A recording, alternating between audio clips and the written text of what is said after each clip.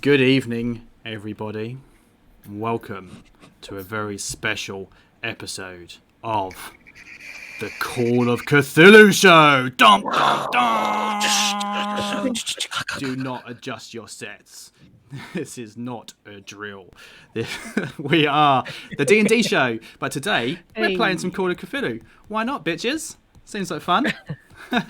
My name's Lig. Normally, I would say I'm your host, or your co-host, or your dungeon master, games master, GM. But for tonight, I am going to be known as the Keeper. Keeper.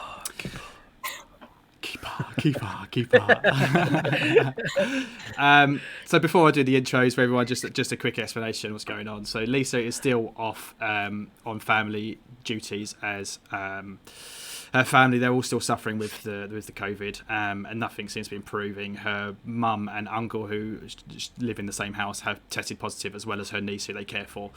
So she's still not able to make it. And unfortunately, James also is having technical difficulties tonight. Has got no internet or broadband connection, so can't play. So it was like, well, let's just do something completely different.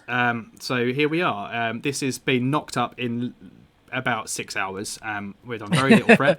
None of us have ever played the game before, so it's going to be interesting.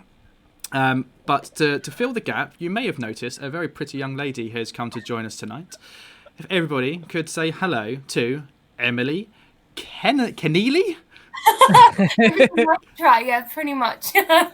Yeah, Hello, I haven't Emily. done this before, so bear with me. That's fine, absolutely. You're in good company. So Emily, you've probably heard us talk about before. Emily is Sean's better half, shall we say.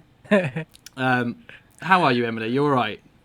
I'm okay. I'm a bit nervous, but I feel like I'm just going to go with it, and I'll probably pick it up. Who knows? I'm sure it'll be fine. The rules, I've flicked through the rule book. It seems pretty simple, and we'll learn together as we go along. But you've never played any role-playing game before, not D&D, nothing. No, I obviously, I know of it, and I've had a character sheet for a D&D character before, but the group I was going to do it with, we never got to play it, so it's been wasted. Often That's the way. like always the case, isn't it? Often the way. It took me years of I used to play as like a kid with my dad and some friends and stuff as a teenager, but throughout my 20s didn't play. And then when I kind of became an old man and sort of like past few years, I was like, I really want to play, and it took me ages to. And in the end, I just found a bunch of random strangers and started playing, and that's kind of how I got back into it, really. So. Yeah, excellent. So we'll try our best to kind of walk each other through it. Otherwise, we still have the one and only, the wonderful, the bearded menace, Gavin Bourne. How are you today? Yeah, good, mate. Good. Good. How's that wine sitting on you? Yeah, bottled down. I should be fine, hopefully. It sounds confident. It sounded like it was just about to nod off. Good.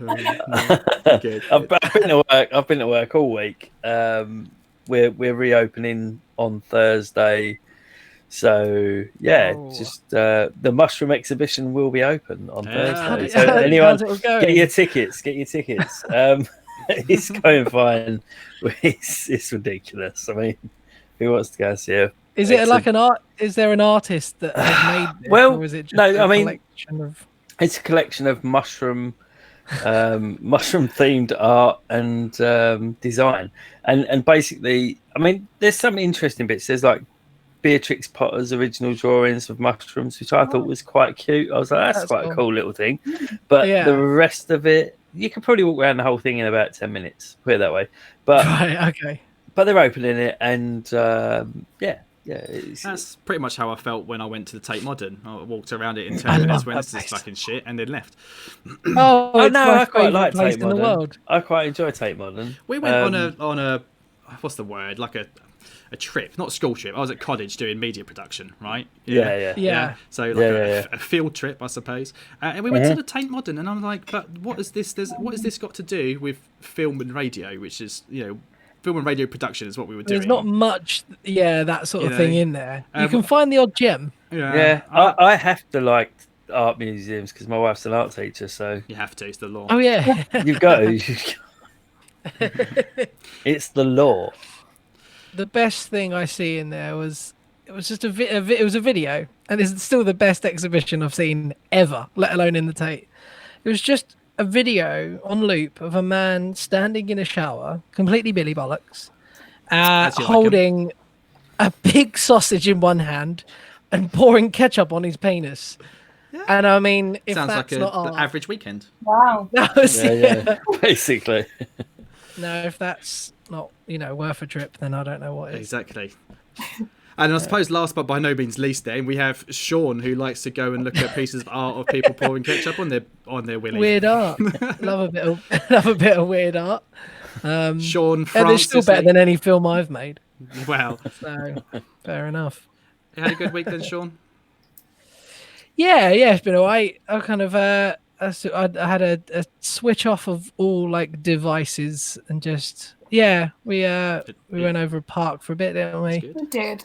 Just crazy. We went outside and everything. Sounds good. So is that why we haven't had a podcast release this week? Yeah, sorry about that. It was either podcast or mental breakdown, and I was like, we all need time to kind of recharge the batteries, relax, and remind us what's important, in family and stuff. So it's all cool, man. I think you just end up, because there is nothing to do. Most of it happens on a screen now, so it's 100%. I'll go and stir crazy. Like, kids are at home. We didn't bother sending back to school, but if we had, they'd be finishing for summer this week anyway. Yeah. So, like, we're constantly on screens. The kids have constantly got the TV on kids' channels or on computer games, or they've got the tablets, or they've got their Switch, and it's like, and I'm just constantly saying to my wife, I'm just bored and fed up, like, because they go to bed, by the time they're in bed at like 8 o'clock at night, and then we're just worn out and tired, and we feel like we've got an hour or two to ourselves before go to bed ourselves, and it's stir crazy. We've been looking at the possibility of going away for our anniversary at the end of August, our wedding anniversary, but I don't know if it will happen or not. It would just be like a UK break if it does, but it's just, even that, what we'd really just do with, because even when we do go out, we still got the kids, man. Even when we go, they're everywhere, and we go following us around. Yeah, you can't get rid of them things. God damn it! We do go out, and everything. Yeah, I know.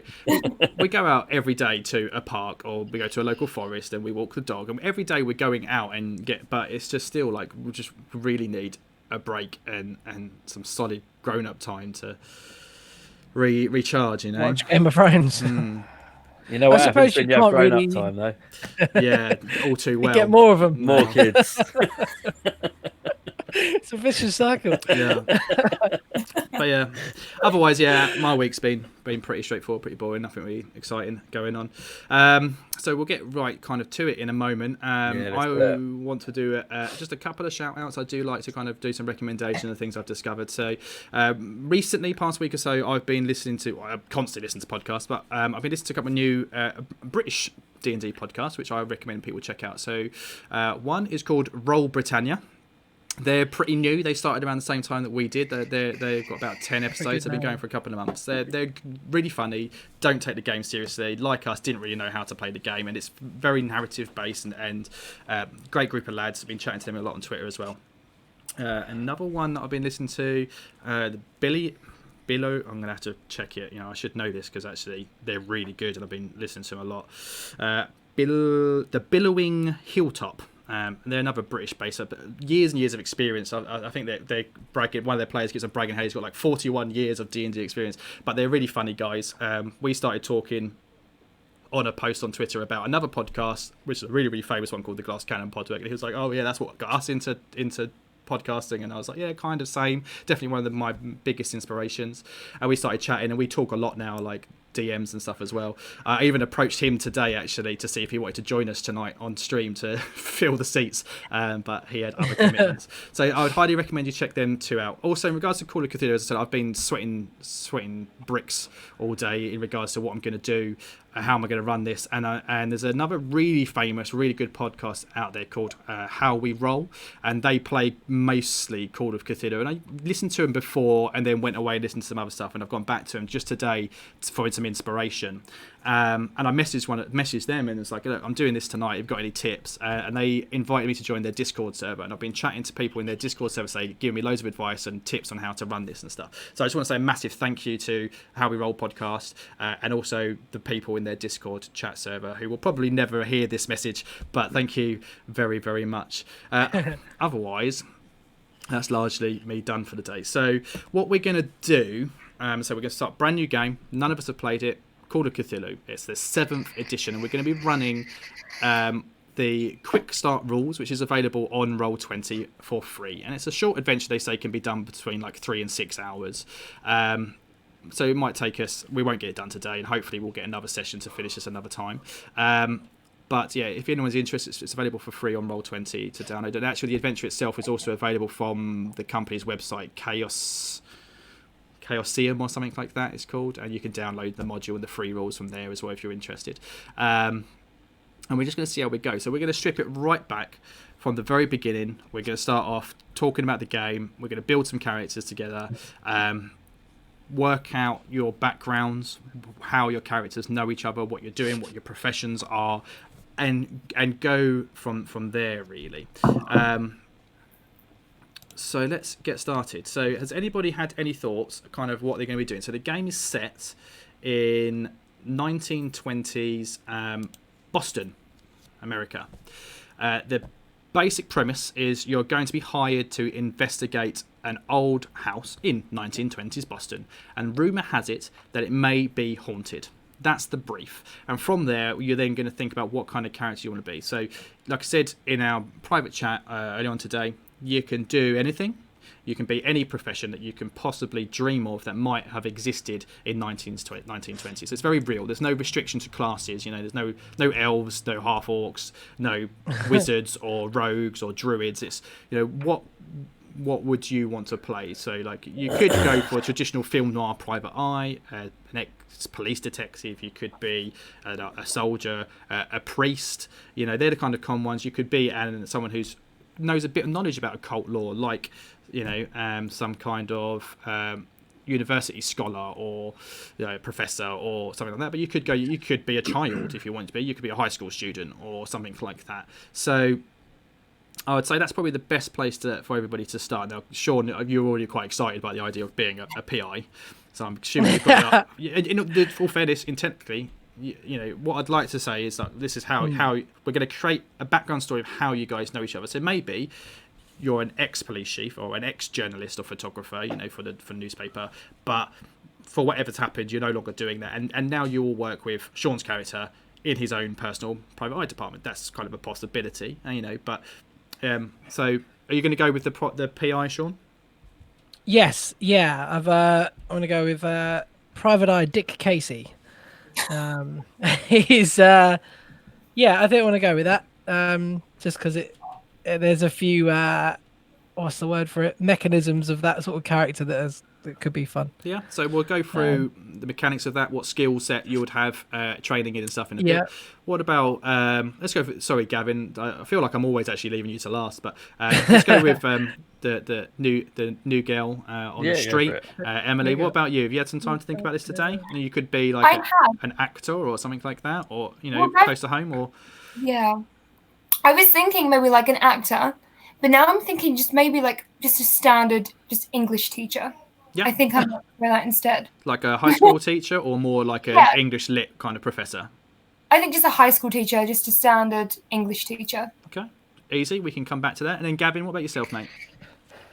I was thinking journalist. Mm-hmm.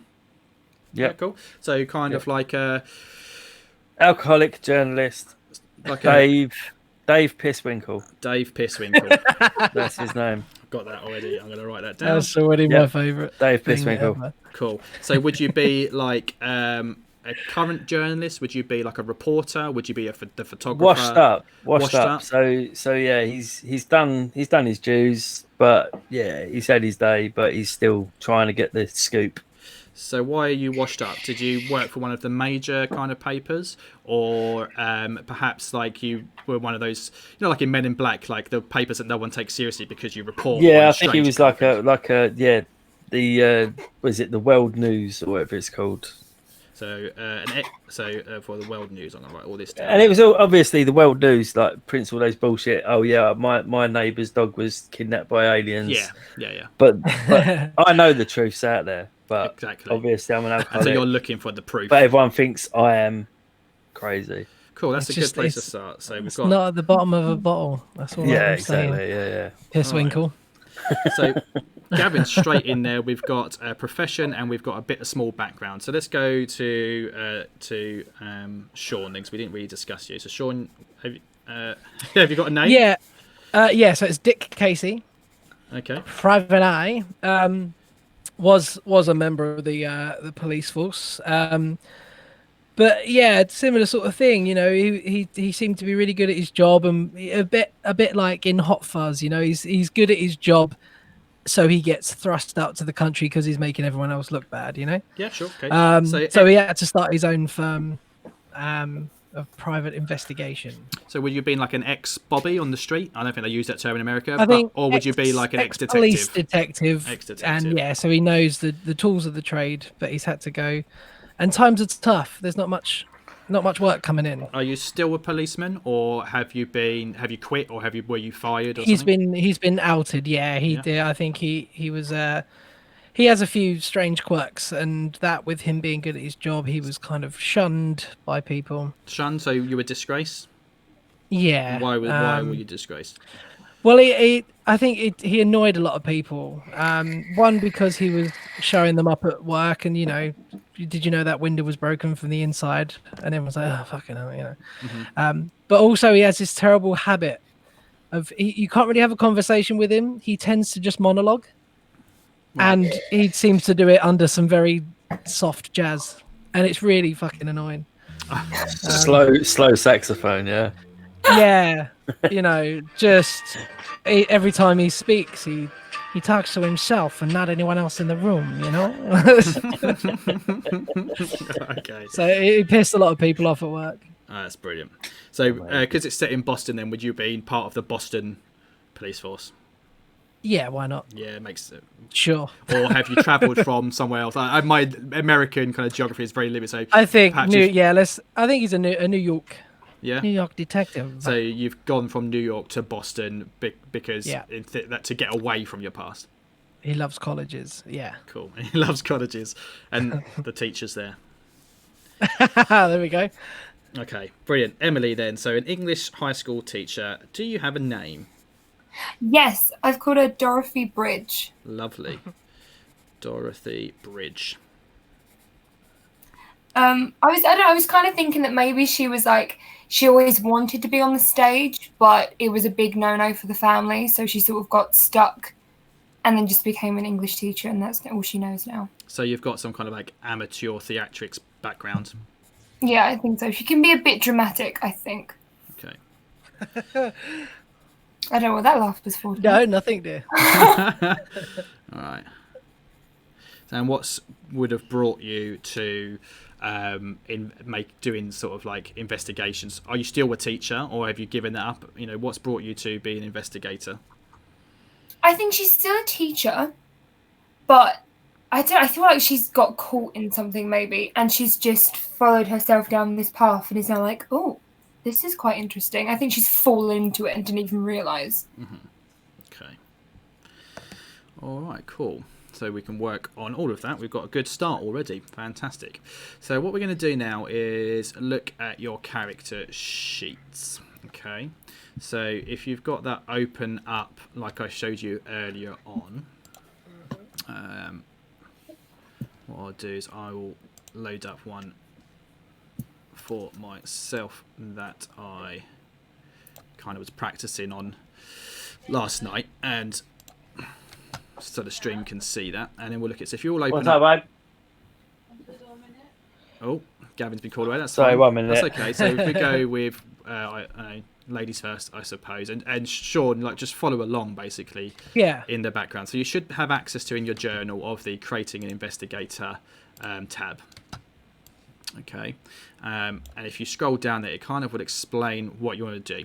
So the game works kind of similar to D&D in that you've got attributes, which they're called characteristics. So you've got your strength, which measures the raw physical power your investigator can bring to bear.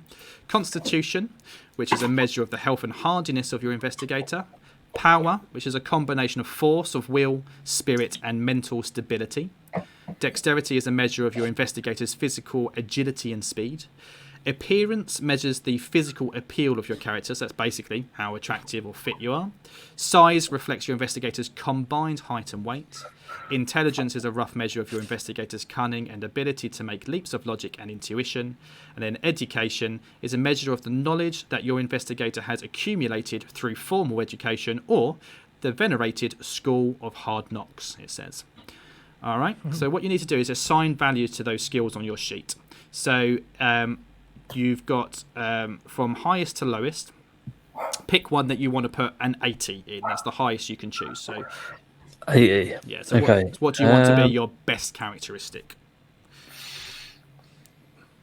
I'm going to go for that. That's fine. You just fill that in. And then the next one you want to do is a 70. So then you fill the next one in for your 70.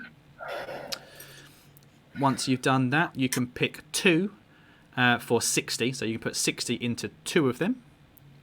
And then you can put 50 into 3 of them. And then once you've done that, you can put 40 into the last one.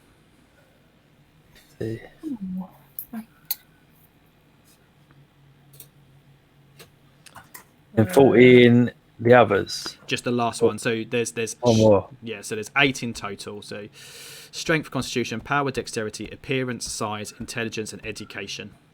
So And then 40 for the last one. yeah, so you should have 80, 70, 60, 60, 50, 50, 50, and 40. 60, 60, 50, and 40. Yeah, 80, 70, 60, 60, 40, and 50. Yeah, Yeah, got ya. so you should have all 8 filled in. On your character sheet, as you go along that line, the last one is luck. We'll come to that later. All right, Okie dokie. Okay. so have you all done that? Oh, I'm so sorry. Right. No, it's good. Go. What's that? Right, what numbers again? Numbers is not. Yeah, so if you look at the bottom of that list, you'll have to type Yep. it in and then push enter, otherwise it won't save. Oh, right. So yeah, Yep, so got you it on want there. 80, done that one? Yep. 70, Yep. Yep. 60, Yep. another 60, oh, I've got one too many. Yes. then you can do 3 at 50. Okay, dokie. That one. 3 at 50. Yeah, 3 at 50. Oh, okay. Sorry, I'm missing one. Yeah, I did 360s by mistake. Okay. 2 at 60, 3 I'm at missing 50. 2 at 50. Oh, yeah, okay. So I need to do. Let's do that one. So should all of these be filled out? As you're doing it, yeah. So there should be. I've got one left. So I've got The last one on there is luck, which we'll do later. no. Oh, luck. Yes. That's the Sorry. last one. Okay. Yep. Cool. Are we there? So we should have, again, 180, 170, 2 60s, 3 50s, and Yeah. 140. Yeah. Mhm. Cool. So talk us through your washed up journalist then, Gavin. What have you gone? What's your best stat? Intelligence. Excellent. And your worst? My worst is my 40, which is appearance, because he's a washed up, scraggly bastard. Okay, that's fine. That makes sense. We're not going to go through this word for word. And Emily, your teacher, highest? Right. I think I've done this. I've put education as 80. Yeah, brilliant. And what's your lowest? Strength. Makes sense. Okay, English teachers not really. Yeah. Yeah, makes sense. Yeah, Mr. McDonald was weakling. And then your Sean, Dick Casey. Dick Case. It's quite similar to Gavin. I've got intelligence at 80. Yep. And then I've ended up appearance at 40 just through denomination, really. Right. So it turns out he's a bit of an ugly fucker as well. Yeah, that's all right. So yeah. Okay, cool. Right. So what you might want to do is note these down on your notepad so you remember them. So as I explained this earlier on, so basically, anytime you want to do anything, well, it comes to skills later on, but you'll roll a D100, and if you want to do something, you need to roll under your score. So let's just say, for example, if you're doing a straight up intelligence roll, to succeed at that, you need to roll under an 80. That's a standard success, but then sometimes something might be a bit more difficult, and you'll need to do what's called a hard success, in which case you'll need to roll under half, which means, so for a hard success you'll need to roll under 40, and then some things are very difficult and you'll need what's called an extreme success, which means you'll need to roll under 1/5 of that, so whatever 1/5 of 70 is, so do 70 divided by 5. So what you might want to do on your character sheet is just write those numbers down, or not on your character sheet, on your pad. You just write them down at the top, and then just work that out so that you know what they are for later in case they come up. So so 50 would be 25 and then 12. 80 for each one. Yeah, just in case you might need them for later on, or if you're good enough at maths and you can work it out on the fly later on, it's fine. Is it just half and then a half rounded down? So it's a half and then a 1/5. So if it's half and then a 1/5, so if it's 50, yeah, because I printed out a character sheet, so I'm just going to write it on there. That's fine. So yeah, so if you've got a 50, half of that is 25, and then a 1/5 of 50 is 10. Yeah. And okay, if you've got 80, then half of that is 40, and a 1/5 of 80 is something. Oh, sorry, a 1/5 of the first number. Yes, yeah. Maths is not my strong point. Yeah, no. What is it? A 1/5 of 80? Oh my god. Use a calculator on your phone. I don't know. How do you even work out a 1/5? Just divide it by 5. Oh, yeah, divided by 5, of course. This is what happens when you go to school at Warren. This exactly. Yeah. Do you want me Where to? did you go to school? 16. 16. Yeah. Okay. So the first one is what? Half? Yeah, and then the second one is a 1/5 of that. Okay. Right. I'm going to pop that down now. I'm still writing down the fucking first ones. So 50 would be 25 and 10. 60 would be 30 and 12. 80 would be 40 and 16. 70 would be 35 and 14. Right. What else haven't we done? The 40.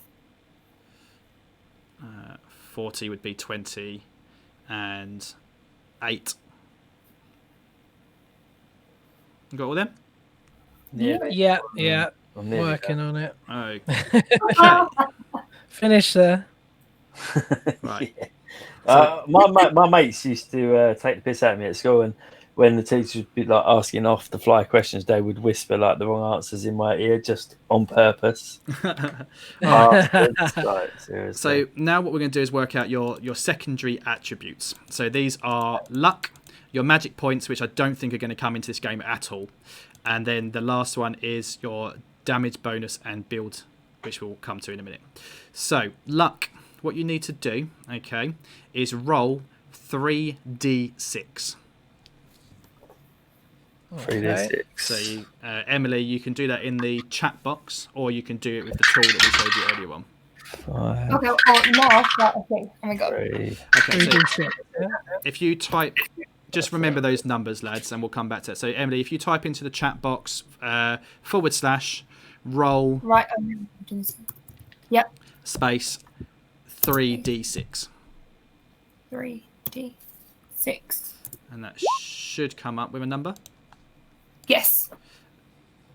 You've done 2d4. High five? Oh no! Close enough, babe.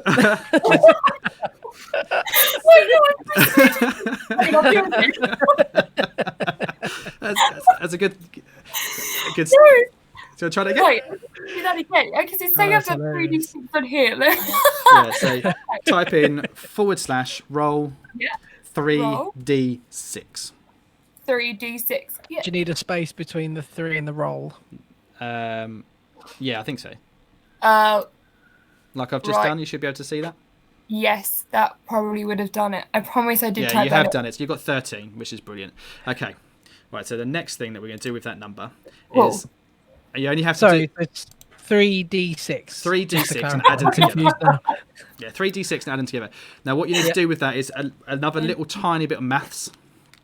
Okay, which is you multiply that number by 5. So, Emily, what did you get? 13. So 13 times 5, which I probably should be able to do in my head, but I can't. I probably should as well, but it's definitely not going to happen. 65.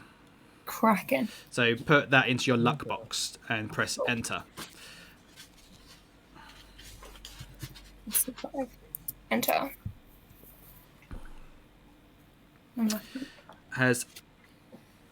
You guys need some help? Oh, good. I got 35. What's that for luck? Luck what? So luck is 3d6, and then I've done that. 5, 3, times that and by 3. 5. Oh, okay. 5, 3, and 3 times that by 5. So 5, 3, and 3 is 11 times 5 is That's 55. 55. I rolled shit. Okay. Magic points, all right, which we will fill out just for completion's sake. Magic points are equal to 1/5 of your power, okay, and are used when casting spells, powering arcane devices, and magical effects. Magic points that are spent regenerate naturally at a rate of 1 point per hour.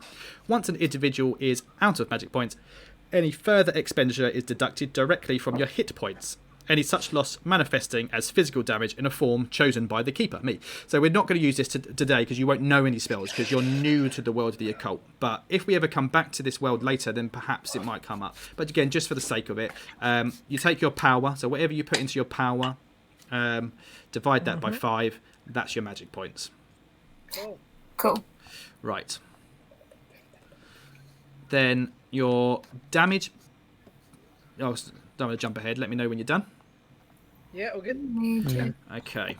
What you want to do on your character sheet is just have a look underneath these stats, and you'll see a bar that says skills, combat, backstory, spells, possessions.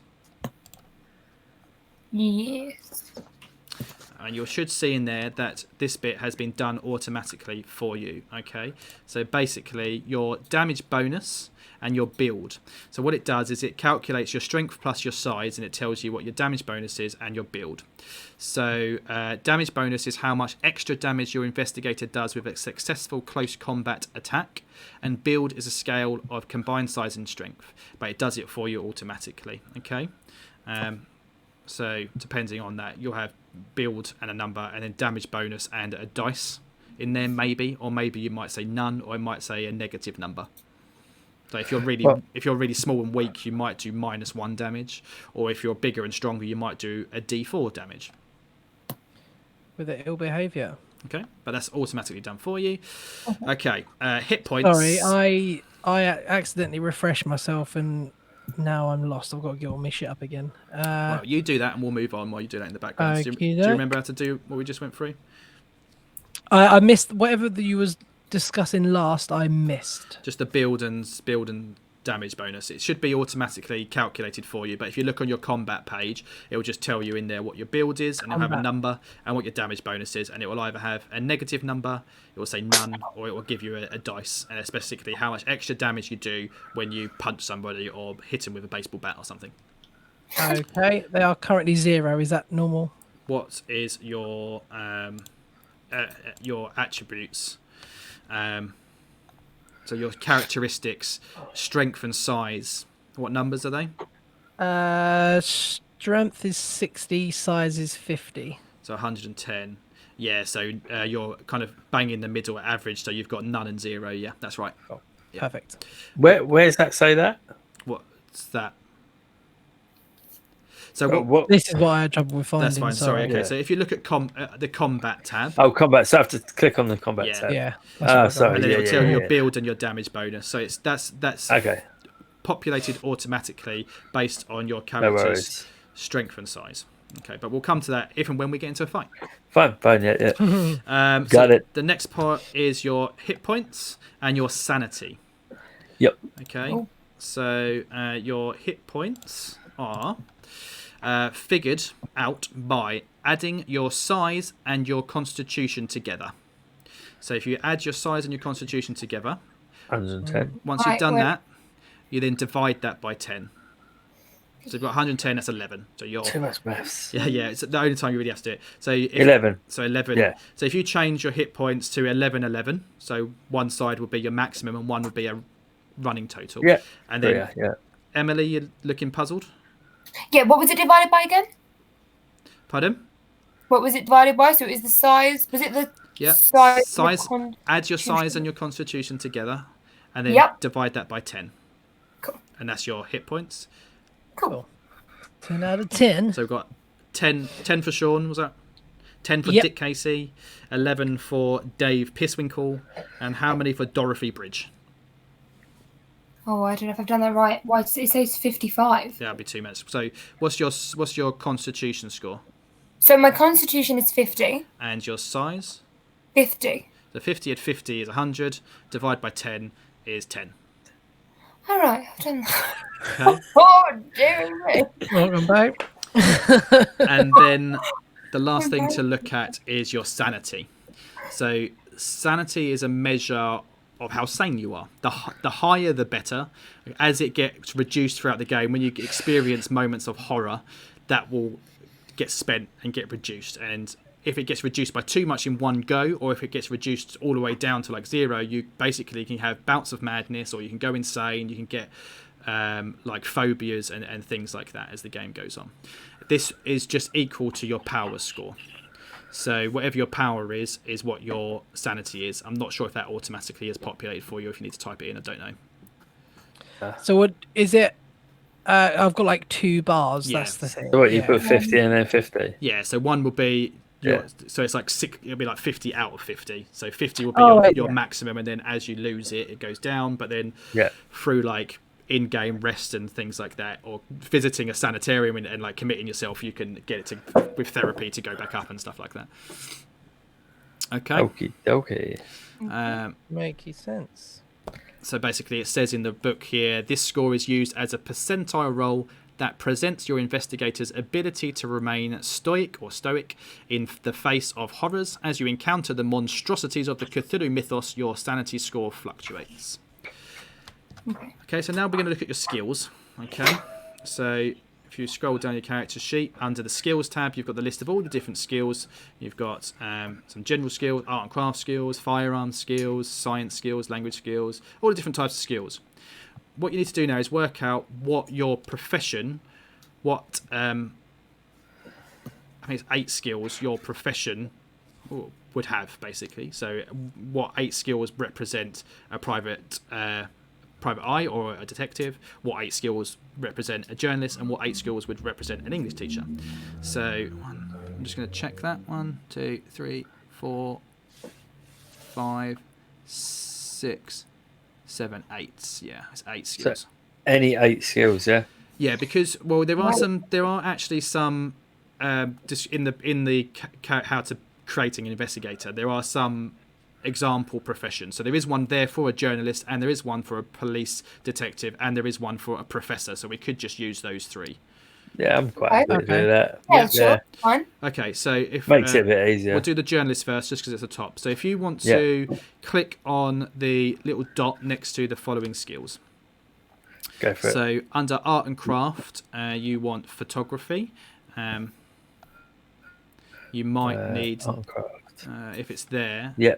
Have you got No, it? it's not there. It's not there, so you can add it in then. So there should be like a blank box and a plus, so you can add and then type in photography. Once you've done that, you want history. Photography. Do I have to add any number there, or Not just... yet. We'll come to that. Okay, yeah, history. Now, if you open up the box in your journal for creating an investigator, they're all here, so you could all do this without me telling you. Yeah, I'm following along. Yeah. Okay. So they're all there. So journalist is photography, history, library use, own language. Where's history though? It's again, if history is not there, then you should be able to add it in somewhere. So, in the art and craft bit. Yeah, either there or in the additional skills box, you can type in I found it. Yeah, I got it. I don't know. I've seen history. It's in the middle. Photography, history, library use, own language, one interpersonal skill, which can be either charm, fast talk, intimidate, or persuasion.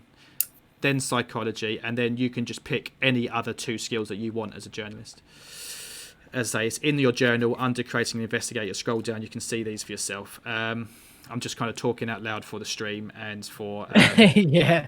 the possibility of releasing this as a podcast. I can't find the journal. Where's the journal? So in the chat box at the top bar, there's one. If you hover over them, there'll be one that says journal. It's where you find your character sheet. At the top. Yeah. So Luke, under firearms, I've got firearms skill 1, firearms Skill 2. Yeah, so it says handgun, rifle, firearm skill 1, firearm skill 2. Now I'm not quite sure how that works. I don't know whether firearm should be just a general skill or whether then you specialise and whether it be a handgun or a rifle or a shotgun. I am quite happy to just generalise them under one stat because I don't know the game. So just put it into like firearm skill 1. And then if you use a rifle at some point, you can use the same stat. I know that it's probably wrong, but we'll just do that. So I've got on firearm skill 1, it's got a 10 in the box. So you handgun, it's got 20. Don't worry about those numbers. That's okay. Cool, Okay. Lovely. Just so mark the little dots, and we'll come back to them in a second. Right. So we've done the journalist, the police detective for the stream. Then Luke, sorry, mate. I can't find where I'm supposed to. Right. So if you look at your chat box, Chat box where on the right. yeah, on the right. Yeah. Then at the top of there, should have a few different icons where like the settings tab is. So one of those looks like a little newspaper, and if you hover over it says journal. Yeah. And then that's where you found your character sheet from before. Yeah. And then scroll down there. Create an investigator. Create an investigator. If you just open that up, it explains all of this in there. Like I said, it'll speed up the session a little bit if you can fit it in yourself. All right. So did you go for a police detective or the investigator one, Sean? I did the police detective, but I did accidentally. I read the wrong one at one point and added in psychology. Okay. That's right. Police detective's got psychology. That's right. Yeah, I've got a mix of both, but they're pretty much the same. It doesn't I matter. think. It doesn't really matter. Yeah. These are just example skills. So if we're going off the police detective, then you would have art and craft, which is acting, or disguise, one of the two.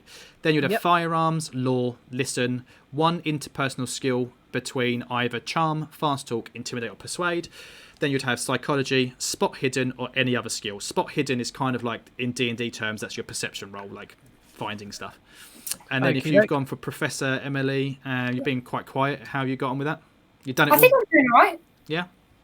I think. You would have library use and other language, so you can choose what language you want to have. Then you'd have your own language, so English, I suppose. Psychology, and then as a professor you get to just choose any other 4 skills as that you like. Okay. And you'd put a little dot in all of those, yeah? I am doing so. I hope I'm doing this right. Oh my god. Right. Okay. The only thing is you cannot choose the what it says there, so the Cthulhu mythos. You can't choose the one that says Cthulhu mythos because you're brand new and you don't know anything about the Cthulhu mythos. So at this stage, you can't choose that one. Otherwise, that's fine. So once you've picked all of your 8 occupation skills, okay, you then allocate. The other one as well that you can pick, everybody needs to tick as well, is your credit rating. So that's basically how much money you have, how rich you are. Okay. Now you assign. Give me that option. Your credit rating should be one of your skills. It doesn't. It's not letting me not have a tick dot. it. It doesn't have a spot. Yeah. Okay, that's fine. Don't worry about that then. Just bear that in mind that we can choose that one. Oh yeah, I see. Yeah, it's blank. That's fine. So basically, we can assign as well. So now we assign, like we did with your characteristics, we assign a skill level to those. So for these skills now that you've ticked, ignore the number that's in the box and replace it with one of the following numbers. So basically, like we did before, choose the one that you want to be the best at. So you can choose. I don't know if I've picked enough things. You should have 8. If you check it against the 1, list. 2, 3, 4. I've got like 4. Okay. So under 5. the journalist, you should have photography. Yeah. History. Library use. Yeah, got that. Own language. Oh, have I got library use? No, I haven't even got I can't even find library use on this list. So I've got to type it in, yeah? No, library use is on there. Middle bottom. Oh, yeah, got it. Yep. Sorry. After, I'm trying to find these, but... And then after library use, your own language.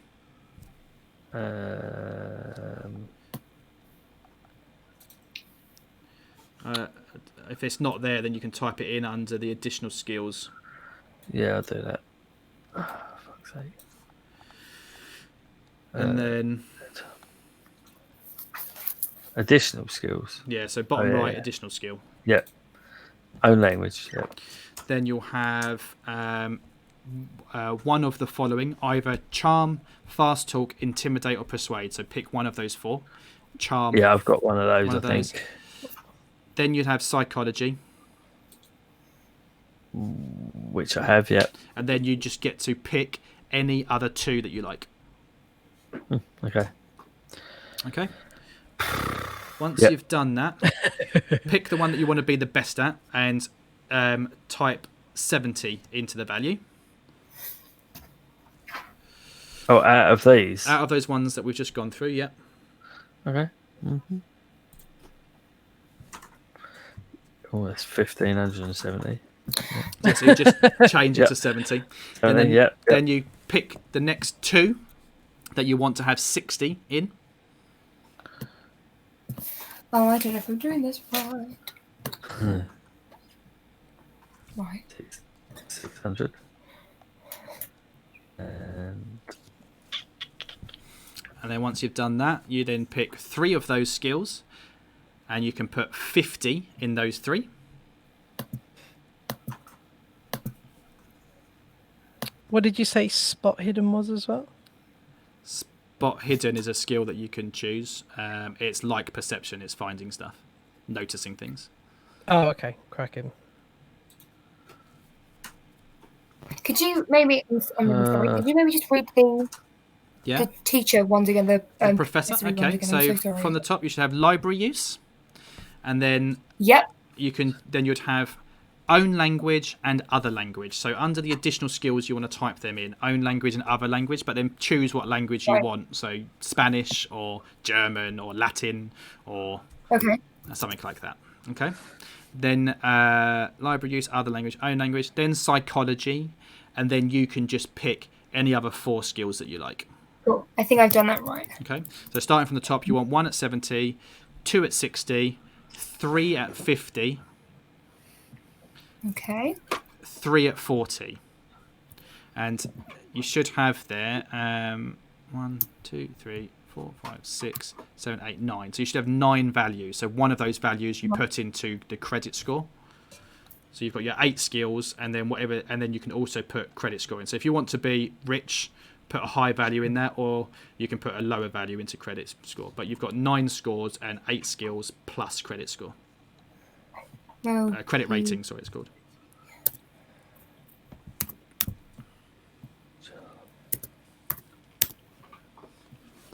Psychology, everything. I need to just pick any other 2 skills. Any other 2 you want. So that's what I still like. Try and keep this is the hardest bit. This is Try and keep it relevant. Sorry, to your profession. So as a sort of investigative journalist, I'm going for stealth because stealth would be sneaking around in things. Maybe spot hidden as well to notice things and things. Fast talk. Oh yeah, fast talk. Pick that as well. Yes, but like I said, you can only pick. So fast talk would be one of your charm, fast talk, intimidate, or persuade. So I can't pick more than charm or fast. You can do because you can pick any other 2 other skills, but you should have 8 in total.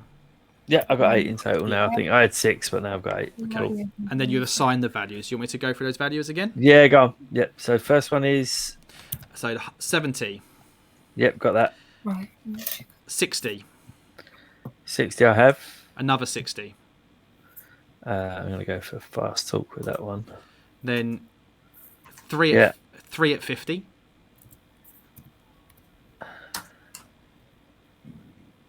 1. 2. And then 3 at 40. 3 at 40. So my last. Okay. And you'll so have I've got 9 values. Let me write this down. So I need to go from the top. You'll have 1 at 70. Yeah, 70, 60, 60, 50, 50, 50, 40, 40, 40. Right. 8 skills plus credit rating. 3. So it's 350s. 350s, 340s, 260s, 170. 40s. 260s, 170. Cool. Fuck. Right. It's 1, stressful, 2, isn't it? 3, 4. I got 450s. I shouldn't have 450s. Fuck's sake. You should have 3, but you might find, I don't know, looking at the character sheet, there might be one that was already set at 50. No, I think it's me saying it. I'm going to change that to 40. It's like I think you get 50 in your own language automatically. Okay. Is it 2 at 40? 70. Pardon? Is it 2 at 40? 3 at 40. Oh, what the fuck have I done here? Oh, mate. 1. I think I've done it right, and if I've done that right, I'm genuinely going to be so proud of myself. Good. Should What's be. what's Puck and Golden Burr Girl, up new to? in here and showing them how it's done. Look. Oh God! Right, hang on. Let me just double check real quick. Right, 50, 50, 50. I can't even 60, see anymore. 50. 40, 40. 1, 2, 3, 4, Charm. 5, 6, 7. 7. Right, I think I'm How have cool. I done that then? Fast Right. 60. It's all in the Thanks. Create and Investigate guide, and we've still got some more to do, so... Ugh. it's- Yeah, this takes 5 minutes, Luke. It does! You should have read the book that I sent you. I did read it. It was only 13 pages. I skim read it. Because once you've done that, and we then pick some more, which you get lower skills in. Right, one last time, because I've written this in a list now, but it's all not... Right. Right, So from the sorry. top, basically, as part of your profession, you get to have 8 skills. Okay. Yeah. Then, on top of those 8 skills, you've also got credit rating, making 9 in total. Okay. Then we would assign the following values to those 9 skills. That's where I'm going wrong. 1 at Okay. 70, 2 at Yep. 60, 3 at 50, 3 at 40. That's 9. Right. Right, what it was is I hadn't had credit rating on there. Yeah. So there was all full up and I still had a 40 spare and I was like, Yeah, bang it in my credit head- rating. Right, You're not going to be that rich as an No. ex-detective. out of work, yeah. Right, done. Okay. I don't think I'm done, but You should have 8 skills with values in. And then... I've got 1, 2, 3, 4, 5, 6, 7. What the fuck? They keep disappearing. 1, 2, Put 3, your glasses back 4, on, mate. 5. Why have you taken Yeah, them off? Maybe I should. There's that Trouble bottle of wine maker. that you had before the show. Yeah, that's what it That is. might help. Have we got anyone listening? We do actually have 10 people in the stream. 4, 5. I Oh, think they're a shit, bit well, bored. I'm We've got our 6, usual crowd. I 7. haven't said hello to anybody today. So I do apologise while Gavin's sorting that You out. might as well do that, yeah. Let's have a look. Who have we got in here? So we've got the usual crowd. We've got Sycon said. We've got Flack 30. We've got Lecky Macon. We've got Gavin. Then we've got Dasbray. So Pete, hello. We've got Hello, Troy Tempest. Hi, Troy. We've got Dankman 248436 who says great content. I don't recognise your name. Sorry if you've been here before. If you're still there, thank you for. I think you're lying, but I appreciate it.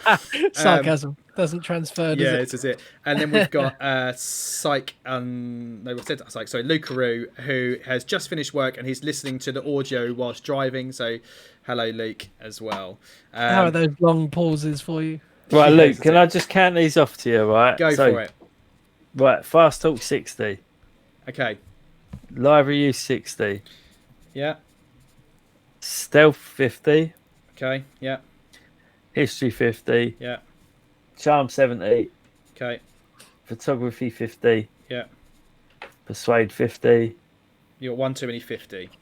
Right, so I'll change one of those to 60. Or what do I need? Well, what else? You should have three. change. You should have 3 40s. 3 40s.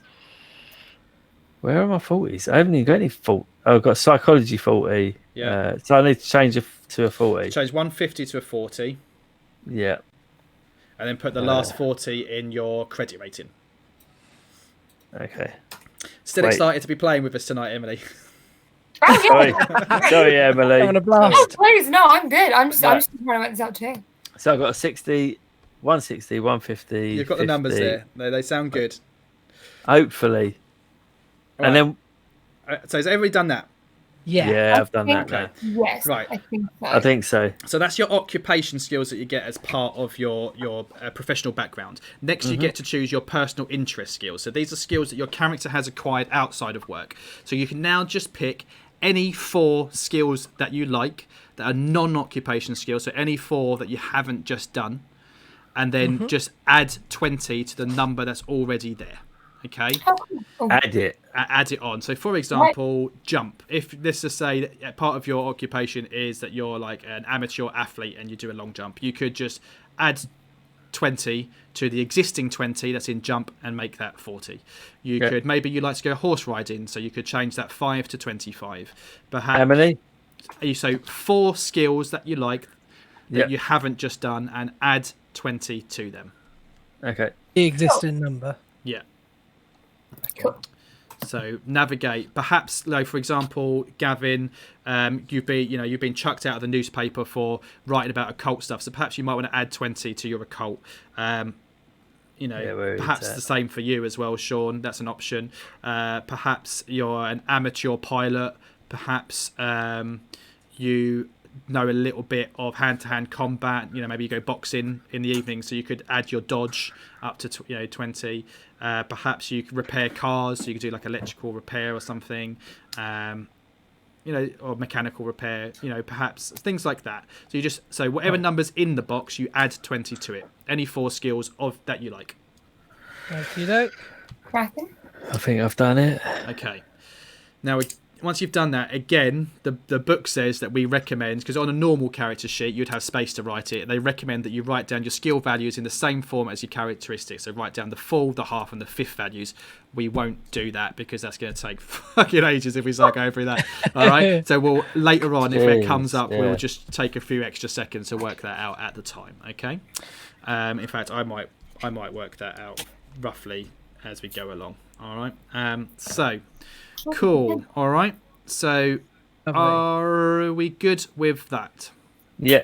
Yes. I I think so, yeah. So your credit rating score represents is an indicator of his or her wealth and class, depending on how many of your occupational skill points you allocated to this skill your investigator is. So, did you all put 40 in it? I didn't put anything in In it. Where is credit it? rating. In credit rating. Yes. Yeah. Where is credit rating? On the left. Leave me alone. So basically, that should be a 40, Gavin. So that means that your credit rating means that you're average and have a reasonable level of comfort. So you're average.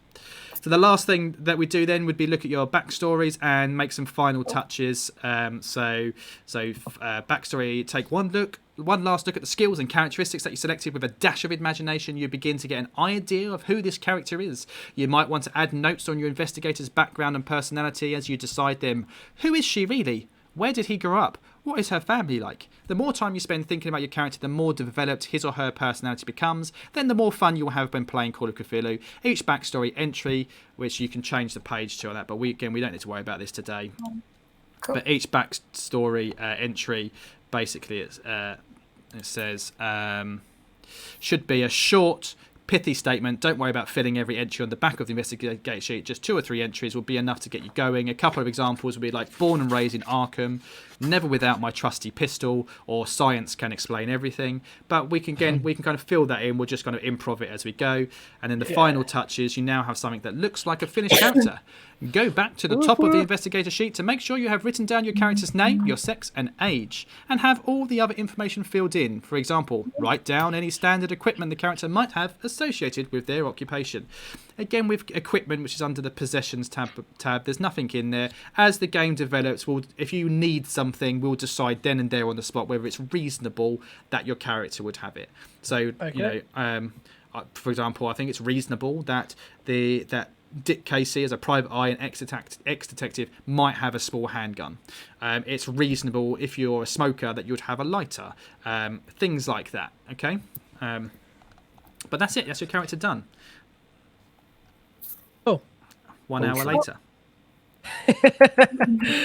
It'll take 5 minutes. It should have took 5 minutes. But when you're doing it for 3 people, yeah. Yeah. To be fair, yeah. And 3 drunk people. Or 2. Well, one or drunk one and a person. half drunk people. Yeah. All right. Okay. So the rest of the rules and stuff we can look at as and when they come up. All right. But basically, with your skills, as we discussed it off stream earlier on, a little bit with the half and the fifth value. The basic premise of the game. Let me load up one of your character sheets for people to look at. Let's have a look at Gavin's.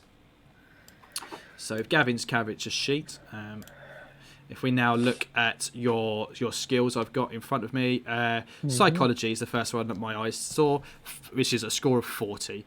If an opportunity comes up where you need to use that skill to make a check, depending on its difficulty, you roll your D100 and you have to roll less than that number to succeed. So you need to roll 30, under 40, basically. If you roll under 20, then that's what's called a hard success, which is a good success.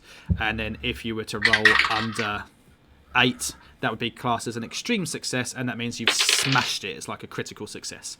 Okay, so in most of those kind of things, just a success is just a success, but they may be like in combat, the lower you roll, the better, because how combat works in this, which you want to try to avoid. Okay, it's a very deadly game. This is not D&D. You don't want to be swinging attacks to and fro. Like you could die in sort of like one hit and stuff in this game. But if you do get involved in like a barroom brawl or something, when you make an attack, you then compare that to somebody's dodge. So if I was to roll an attack against Gavin's character, again it's in front of me, he would roll a dodge against it. So you would need to roll under 30 to dodge my attack.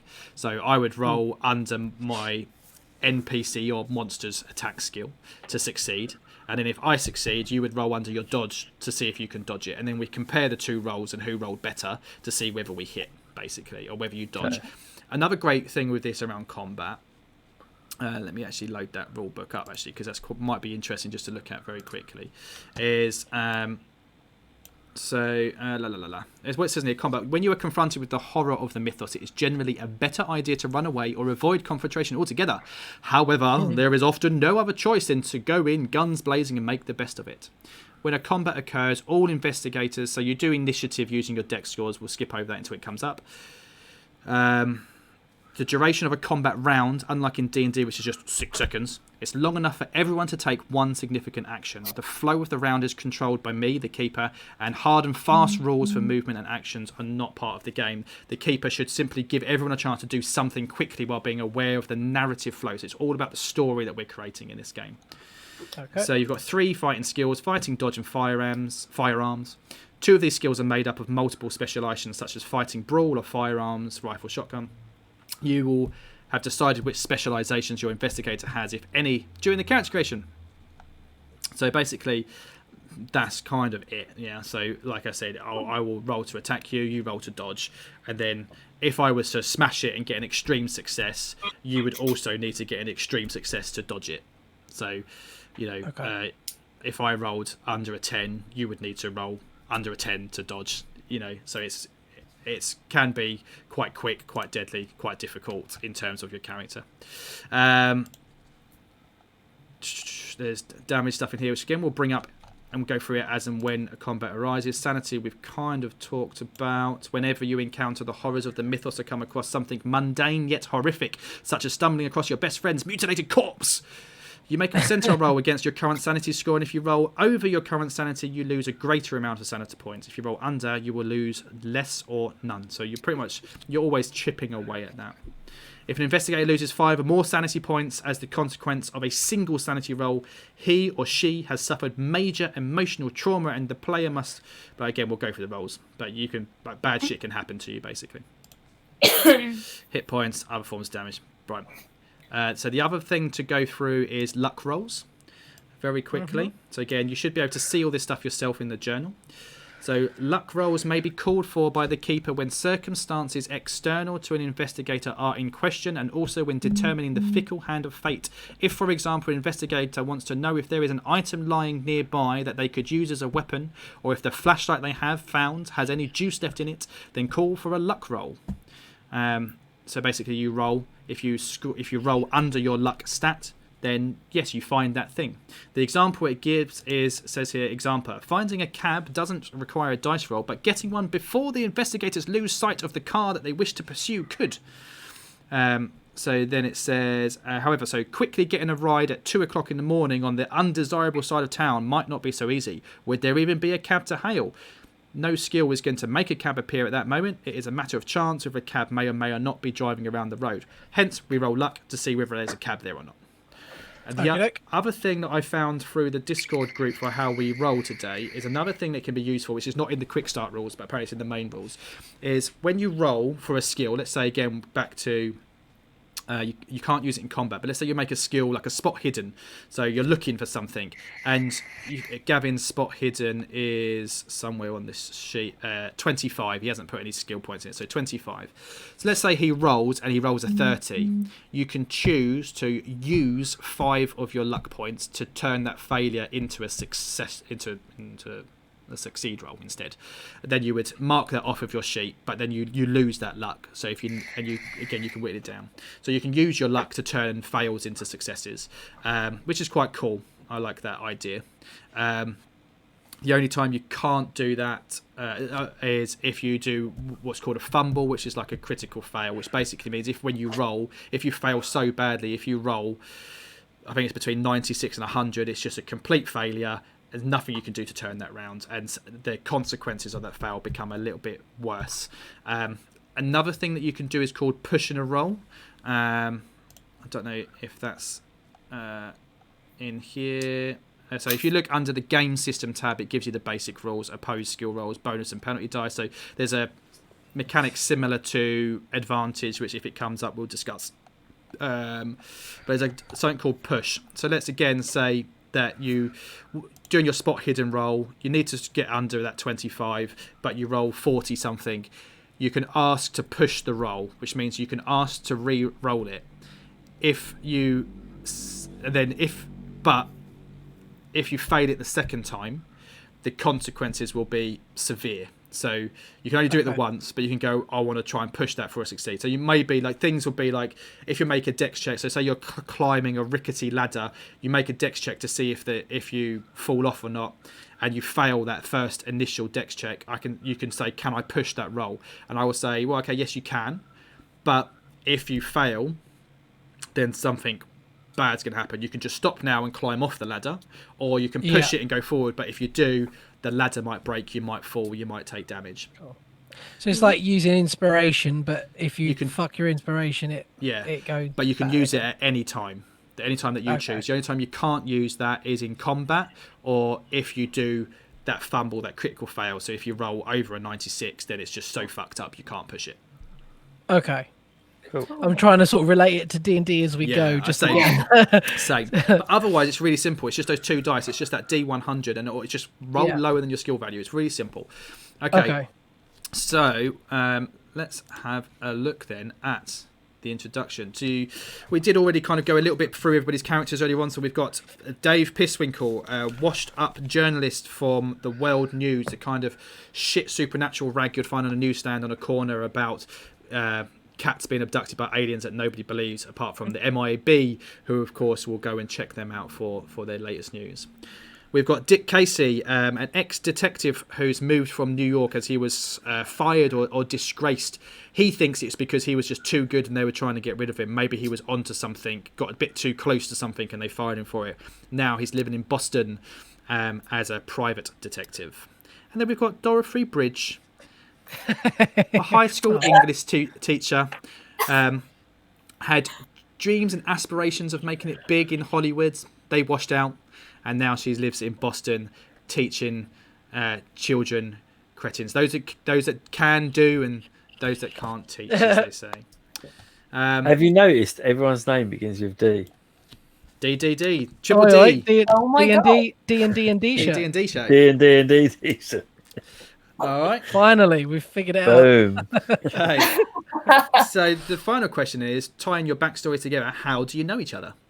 Oh, From the pub. I thought he was going to say, and that's about all the time we have. So join us next week.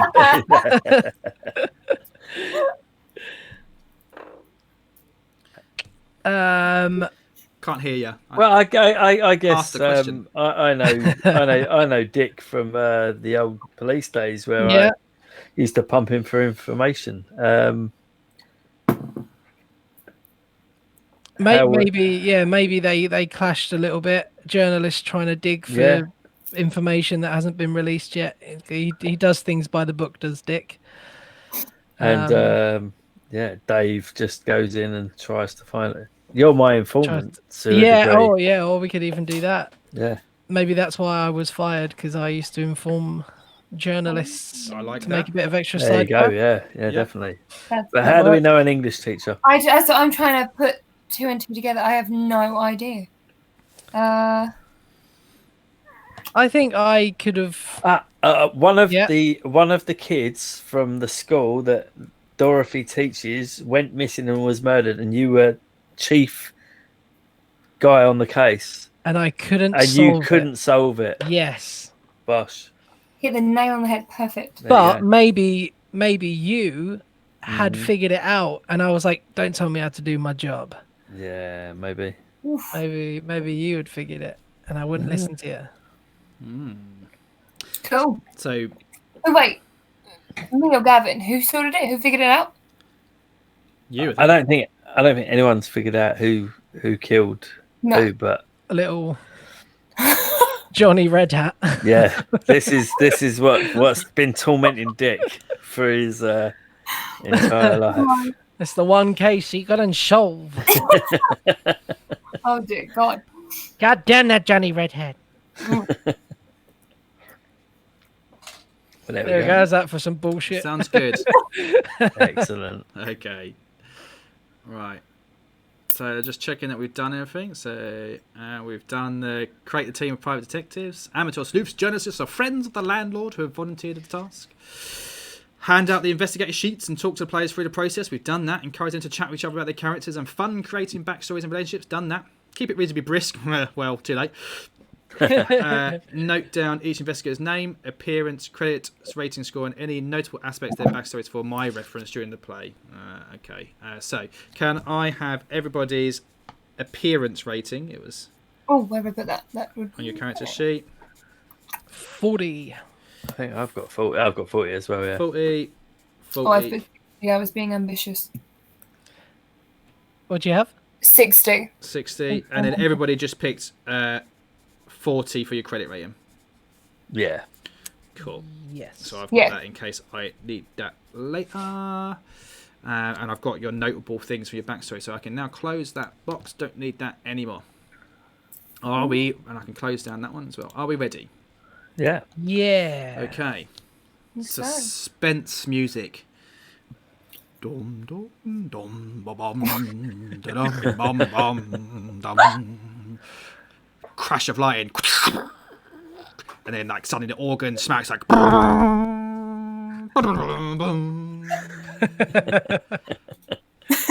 A landlord, Mr. Knott, asks you to examine an old house in central Boston known as the Corbett House.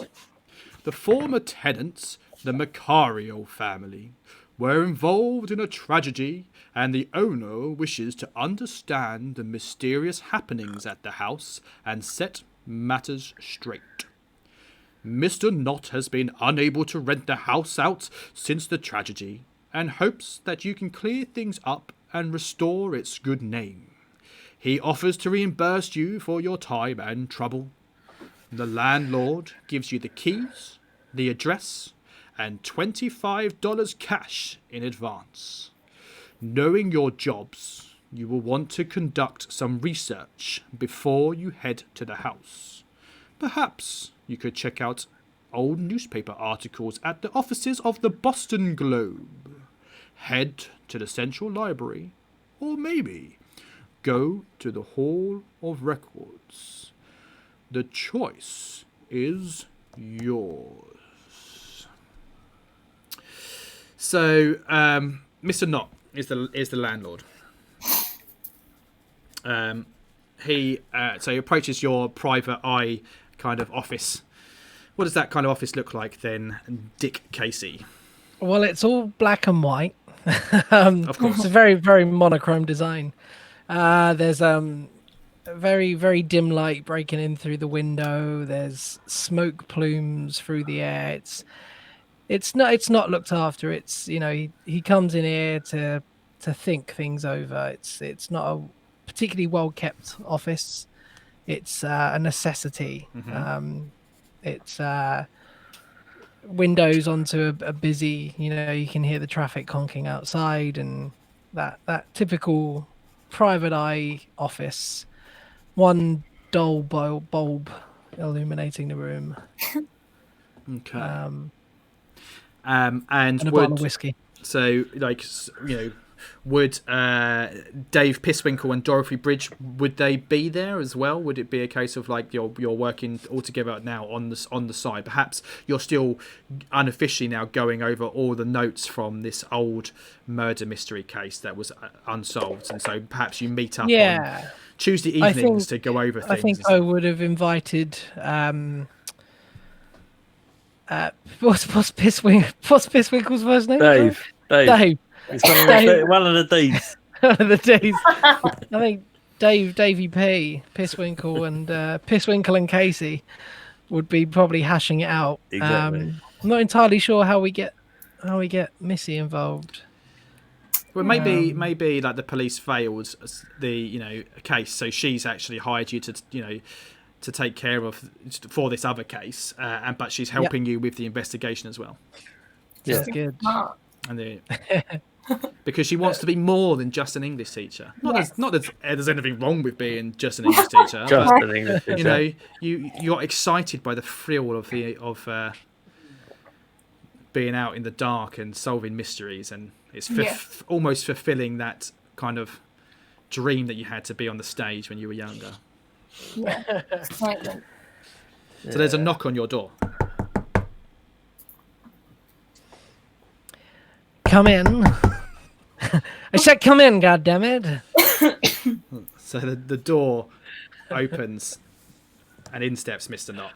Here's American 1920s landlord. I don't know what people dressed like back then. Some kind of zoot suit or something. I don't know. Got a trilby hat. Steps in. And it's like, hi, is this the Triple D detective agency?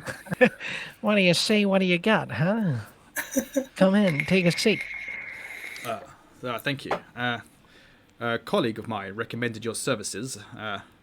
My name's Mr. Harold Knott.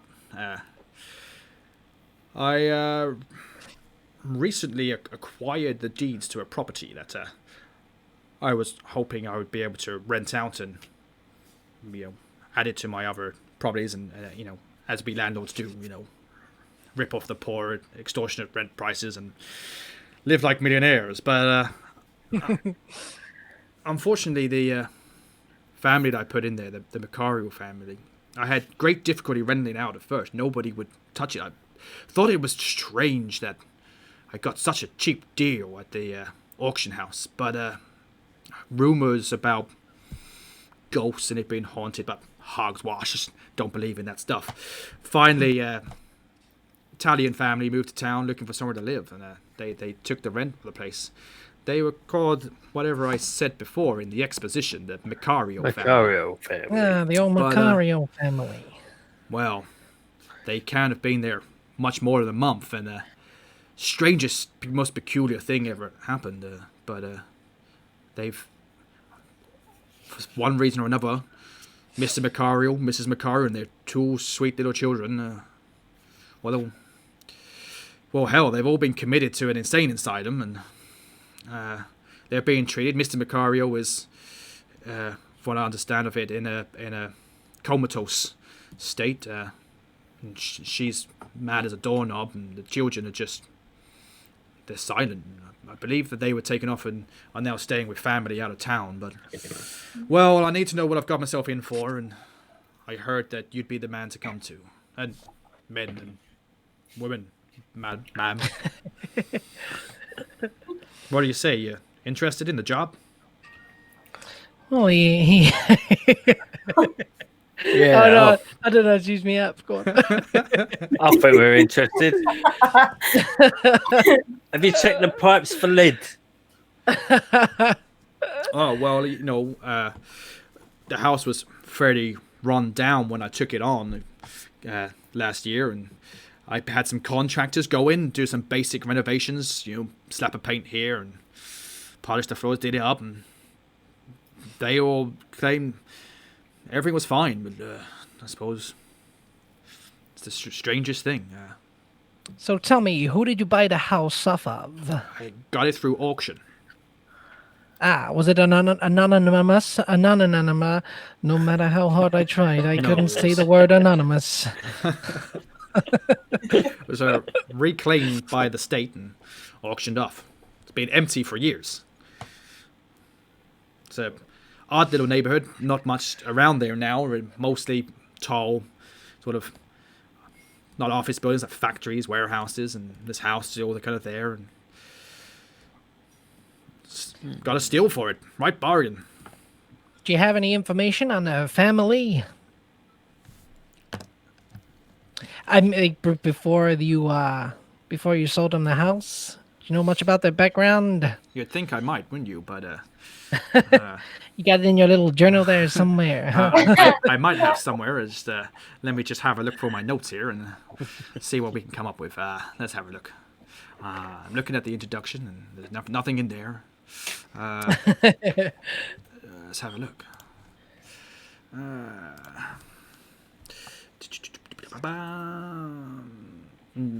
No, as I say, Vittorio. There's Vittorio Macario. It's easy for you to say. Quite mad. Last I heard, he was comatose. Hopefully, I don't know. Maybe he's woken now. Other than that, I don't really know. And then there is his wife, Gabriella Macario. Again, she was a gibbering wreck when the police found her. And the two young Macario boys, like I said, they're being cared for relatives now in Baltimore. And bit of a drive. If you ever want to speak to him, I suppose you could. But no, I don't know much. This is 1920s. I don't really go for background checks of the CCV and stuff. They paid the money up front, and then they go desperate for somewhere to live, and I couldn't put a family in there local, and so they snapped it up once I reduced the prices. What exactly were these stories that you heard before? Well, about ghosts. Not much really. People hearing odd sounds, shadows in the dark. Nobody would touch the place. No one wanted to buy it up. Its last owner was I've lost the accent and I've gone. I don't know what I've gone to. Maybe a little bit Irish. Tell me about it. But Corbett was the last official owner. But no, I don't know much. That's what I'm hiring you for. Research it. Find out the history for me. What have I got myself in for?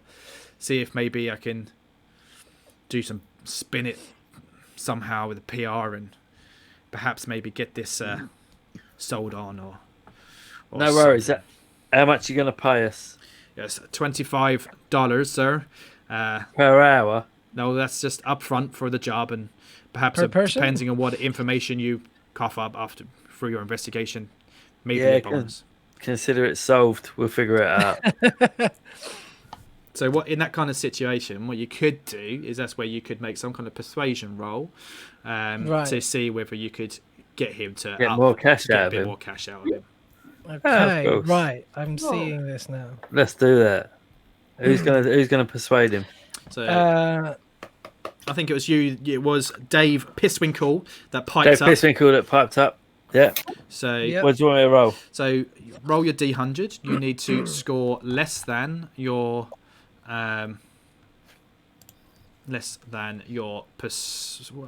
persuasion. My persuasion is. Where is my persuasion? Good question. It's on the right. Persuade. So you got a score of 50. Oh yeah, less than 50. Let's have a look. I've got 60. 60. Yeah. Yeah. So you would then have a choice of pushing the roll, which means you can re-roll, but Yeah. if you fail it again, then We might it would lose have, money. it'd have an adverse effect. He might, basically might not like you. Who knows? Or you could spend 10 luck points for the pass, or you can just accept. We could just role play now the fact that like we just did when he was. Like it's up to you what you want to do. I think we can settle on 25.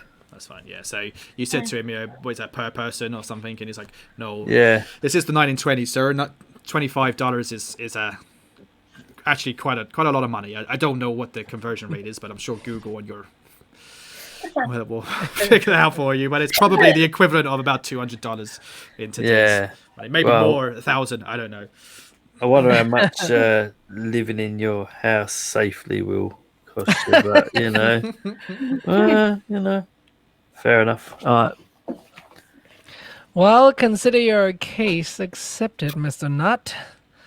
All we need is the address, and we'll go and investigate for you. Yeah. So he gives you the address. It's 426 South Street on the Upper East Side. You know where it is. So yeah. So like he said to you, Did you write this down? All right. Yeah, I was writing it down, but it's the big house with the thunder above it. Yeah, and lightning. Yeah. With the bat circling around it, and it's just like this small little rain cloud over it. Yeah. What's the song from Rocky Horror? There's a light. Oh, shit, I tell you. God. Oh, go on, Emily. How's it going? I can't explain the crush that she has, even now, on Tim Curry. Whoa. Love a bit of Tim Curry. He was an attractive man in his young days.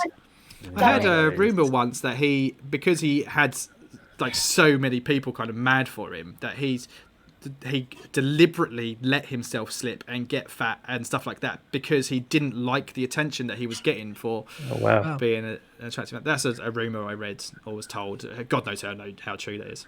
I love a bit of Tim Curry. Clue. I love Clue. I did Clue's. I fucking love Clue. Maybe we can do a Clue role play one day. Well, Cthulhu would work really, really well with Clue. Absolutely. Right. Absolutely. Okay. So you've been recommended. Like he wants to know the history and the place, anything you can dig up in the records. He knows that he recommended you guys because of your backgrounds, because he knows one's an ex-policeman, one's a journalist with connections. He doesn't know. One's an English teacher. Yeah, one's an English teacher. But the rumor on the street is that you are the guys to go to when things are a little bit odd, because people know that you were fired because you were writing articles on the occult, and when it comes to this kind of stuff, they know that you're the people to go to. So the question is what do you want to do? Where do you want to go? You're doing well, research. we need to dig up some information about this house, don't we? So yeah. There was chat about the library or the newspaper. Hall of Records. I think a library is a good place to start because they're going to have all the documents and history of the building. I think is the way to go. And are you? I mean, there's no. Again, like imagine this is real life. You're a real life detective agency. Would you, all three of you, go to the library, or would you go I'm going to go to the library and do this, and then I'm going to go. I've got some links in the police station, so maybe I'll go there, and I've got some links with the local paper, so I can go there. Well, and multitask it. So I think is Hall of Records police based? It is, isn't it? So Hall, it's more like a city building. State. Yeah, city-state building. Well, I can go to the newspaper because obviously I'm an ex-journalist or a journalist, so I can go to the library. They'll have all the Boston Record. So you were recommended Boston Globe, which is the newspaper, Globe, that's it. Central Library, Hall of Records. Then there's other places. That's and maybe then you've as got an English teacher to research in the library. Yeah. You've also got the sanitarium, the Roxbury Sanitarium. I didn't give you that name before. Roxbury Sanitarium, sanatorium, which is where the Vicario family are. Yeah. So you could potentially go and talk to them. I might go to the library. Yeah. And get some documents from there. I'll go to the Hall of Records. And I'll go to the Boston Globe. Okay. Well, I say that it might have been a little bit of a drag, but we've had some good moments in there. But I think this is probably a good place to end our first episode, if this does get released as a podcast. So for those our regular people in the Twitch chat, just to explain, we didn't go through it again. We're going to start, when we record every week, we record 2 parts, and then we release that as a podcast every week in 2 parts. But it's getting a bit much trying to edit out 3 hours of content every week and release 2 podcasts. So we're going to start recording now basically as 1 episode. We're going to have a break and then come back and we'll record a second episode. So stay where you are in the Twitch chat. We will be back. But for those of you listening at home, if this ever gets released, that's the end of episode 1. Please check back for episode 2 next week. Thanks for joining us, everybody. We'll see you soon. As always, roll high and be safe.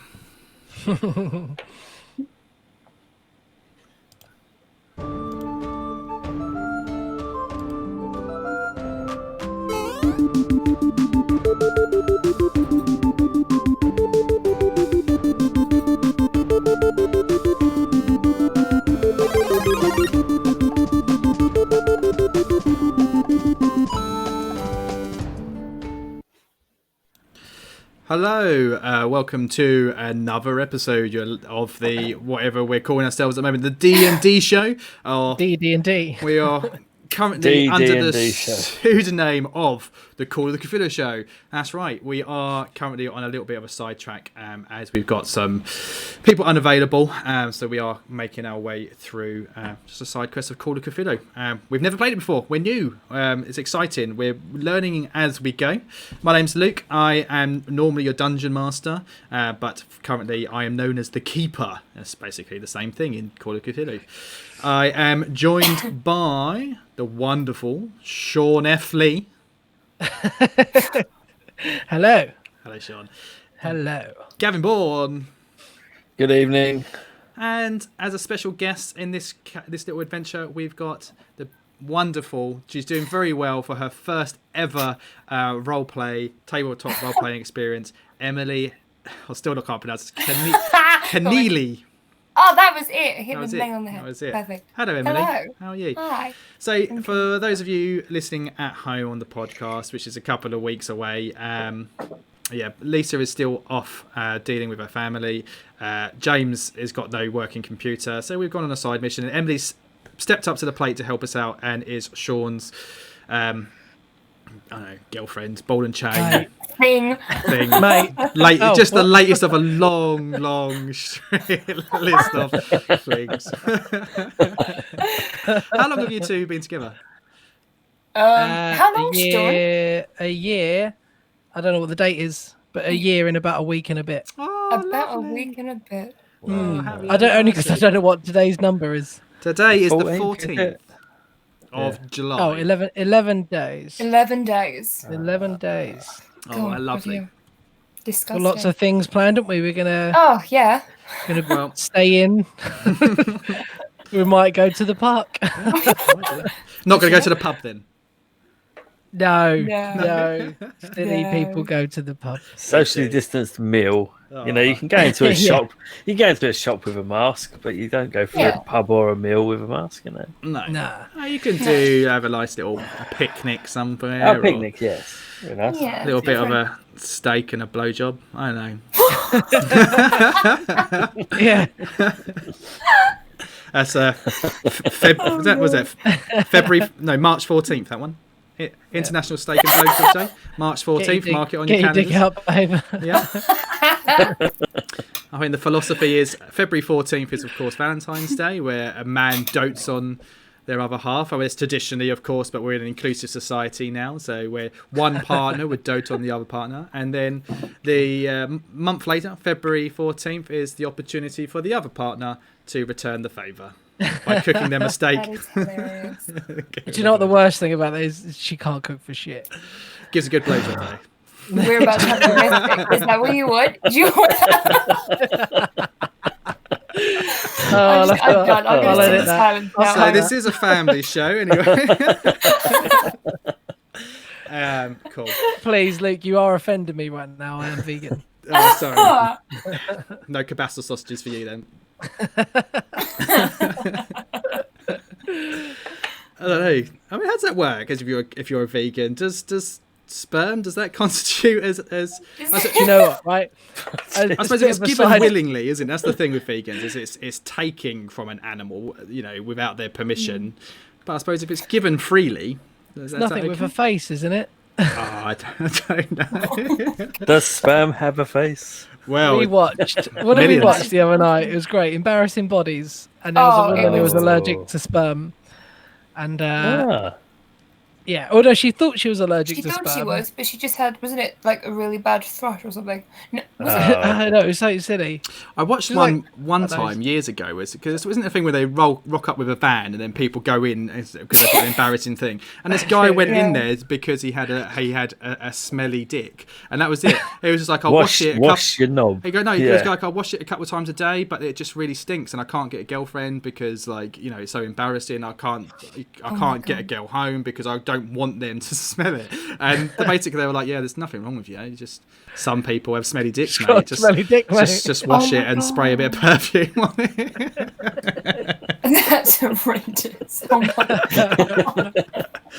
Did you see the guy that was on there that didn't wash his dick, and he was like, there's a problem with my knob, and it's like, do you ever wash under the no, I don't. And it's there's your problem. And it was just it's your problem. That's a conversation I'm looking forward to having with my kids as they get older.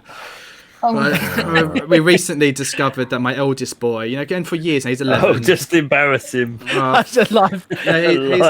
He's 11 now, so for quite a few years now, he's been bathing and showering himself, because he's a big kid now. But we recently discovered that he just doesn't wash his face. I know it's quite a little thing, but like he was shocked at the concept. He was like, "What? Nobody washes their face," and we're like, "Yes, mate. Like you need to wash your face." So this will be a conversation. The next conversation I have with him will be like, "Yeah, you need to wash your dick." Anyway, let's play some Call of Cthulhu. So basically, I don't know whether to leave that in or cut it out. Leave it all in. That's what she said. That's the lesson you got to teach him afterwards. Yeah. So last episode, we didn't do a whole lot. We've just talked about Call of Cthulhu. We're all brand new. None of us have played it before. I've had about 6 hours to prepare today, reading the quick start rules, which are available for free on Roll20 and through the website for Call of Cthulhu, which is Chaosium or something like that. Google it or whatever. And we've just kind of discussed the rules. We've built some characters, and we've come up with 3 characters for you. So, Gavin, you're playing Dave Pisswinkle, a washed-up journalist who basically was disgraced because you were writing about the occult and about aliens, about weird stuff for World News. And, basically no one kind of takes you with any... No one gives you any credit or anything for it. They're kind of a bit of a laugh start. Sean, you're playing Dick Casey, an ex-detective. Similarly, you were kind of disgraced as a cop, disbanded, you kind of fired. You think you were in the right. You feel as though that you were onto some kind of big case, but for some, maybe it was a bit fishy. Maybe it's the police were being paid off or something, and you were the fall guy, and you've been sacked, and you're now working as a private eye. And then we've got Emily as monologuing as well. Emily as Dorothy Bridge. When she was a younger girl, she had these dreams of going to Hollywood, being a star, but parents squashed that. Sent you to uni. You're now an English teacher, and recently, we don't know how long ago, this is how you guys all know each other. Recently there was some kind of case that you had come to these guys to solve, and you, as a threesome, have been solving this mystery murder or kidnapping or something. The details are irrelevant, together, and you've kind of formed the DDD private eye team, triple D. As somebody called Mr. Knott comes into your office one day and explains to you that he's a landowner. He last year bought a house from auction, got it dirt cheap, but then couldn't rent it out. Finally, a family moved in from out of town, an Italian family, the Vicario family. But not any longer than a month later, this family basically went mad. They didn't pay their rent. They got evicted. They got sent to a sanitarium. The husband, the father of the family, completely batshit crazy, and the mother of the family, Mrs. Vicario, was also completely lost the plot, and they were sent to whatever I fucking said it was. I haven't got Roll20 up. The Roxbury Sanatorium. Their 2 little boys are out of town in Baltimore, staying with some relatives as well. And that's how we kind of left it. He's offered to pay you. You're going to look into it. He wants to know what the history is of the building. What has he got himself in for? Why was it so cheap? So that he can then use and then investigate the house as well. Find out if there's any truth to the rumours of it being haunted, so that he could potentially clear its name or resell it or decide what to do with this property. And you've accepted the challenge. So we ended last week with kind of you guys deciding what to do. Whether you're going to go. Look at records, go to the library. There's the Boston Globe that you can look up information in there. So that's pretty much where we left off. What are we doing then, guys? Well, I was going to the Boston Globe. Yep, I'm off to the Hall of Records. And I'm off to the library. Okay. Who wants to have their scene first? Go for it, guys. Okay. Was that a volunteer from you, Sean? Yeah, No, that was me volunteering the other 2. Okay. Let's go to the library. Let's go to the library. Let's all go to the library. Where is the library? Central Library. Okay. Okay. So all this stuff is available in Roll20 is what I'm looking at here, but I don't want to risk getting into trouble. So unfortunately I am going to open that out to a different web page so that people on stream can't see it, because I don't want to get sued for giving away information, even though it is available for free anyway. But there we go. Okay, so one thing I needed to let you guys have, so if you check your journals, I will make it away for you, is the first handout of the adventure.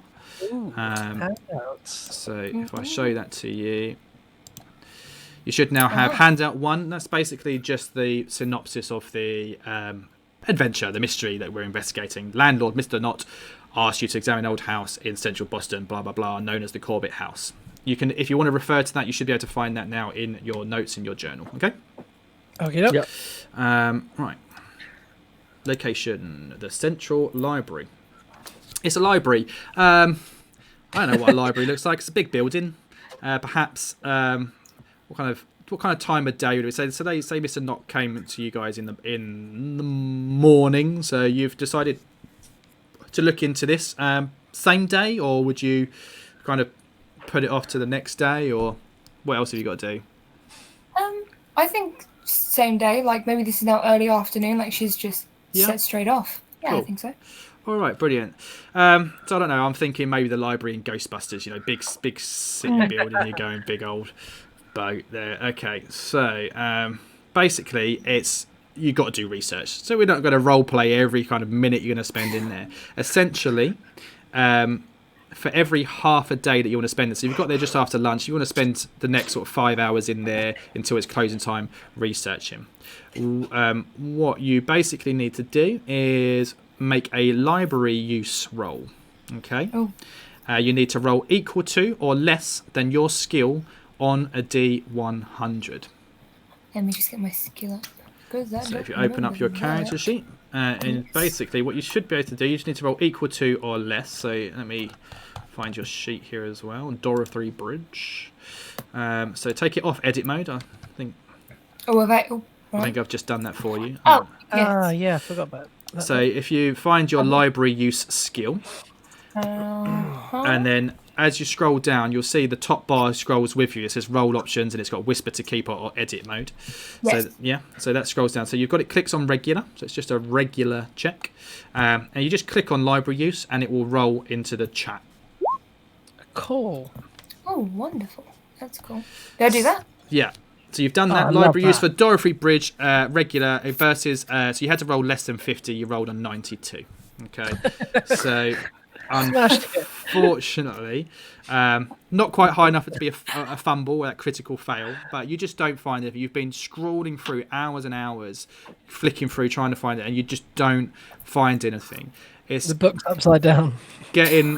It's getting close to closing time. Let's see what the book says on a failure.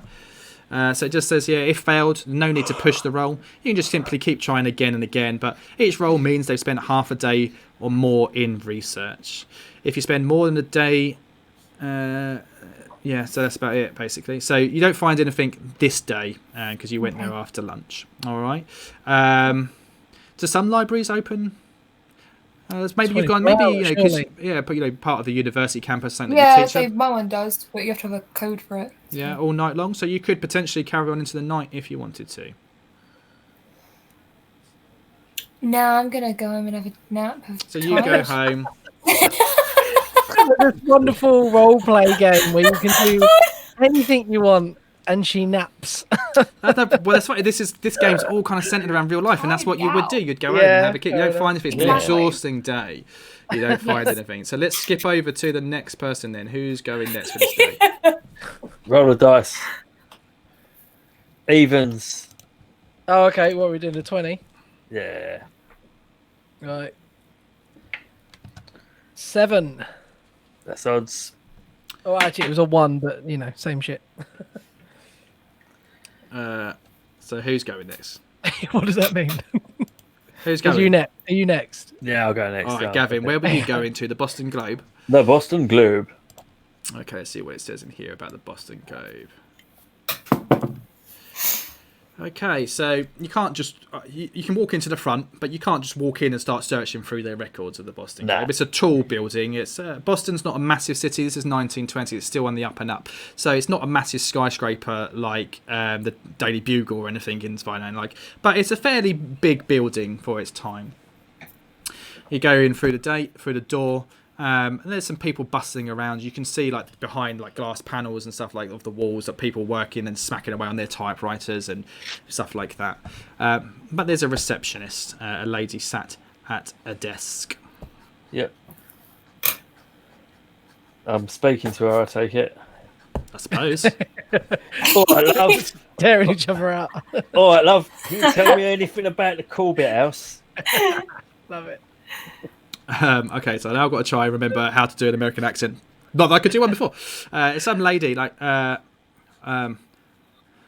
God, I can't. Nope, I can't. I just drink some more beer. Go for it. Mine's shit.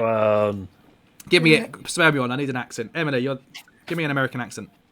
Okay, I don't know. I'm just gonna talk like that. I think. I don't know. That's a good accent, actually. It's good. Very good. Oh, hi. Hi, sweetie. How can I help you today? I'm looking for information about a house called the Corbett House. Do you know anything about it, or is there anything in your records that you can help me with? Bosh. Well, now, the old Corbett House. Can't say that's something that I'm familiar with, but perhaps it might be something down in the morgue. That might be something that you can have a look at. But we just don't let anybody down there to kind of peruse through to their whim. You here on any kind of official business? Yeah, I'm investigating some people that have gone a bit mental up there. And we're wondering if there's some jiggery pokery going on. So I do apologise, darling, but I'm just having some difficulty understanding your accent. Where are you from?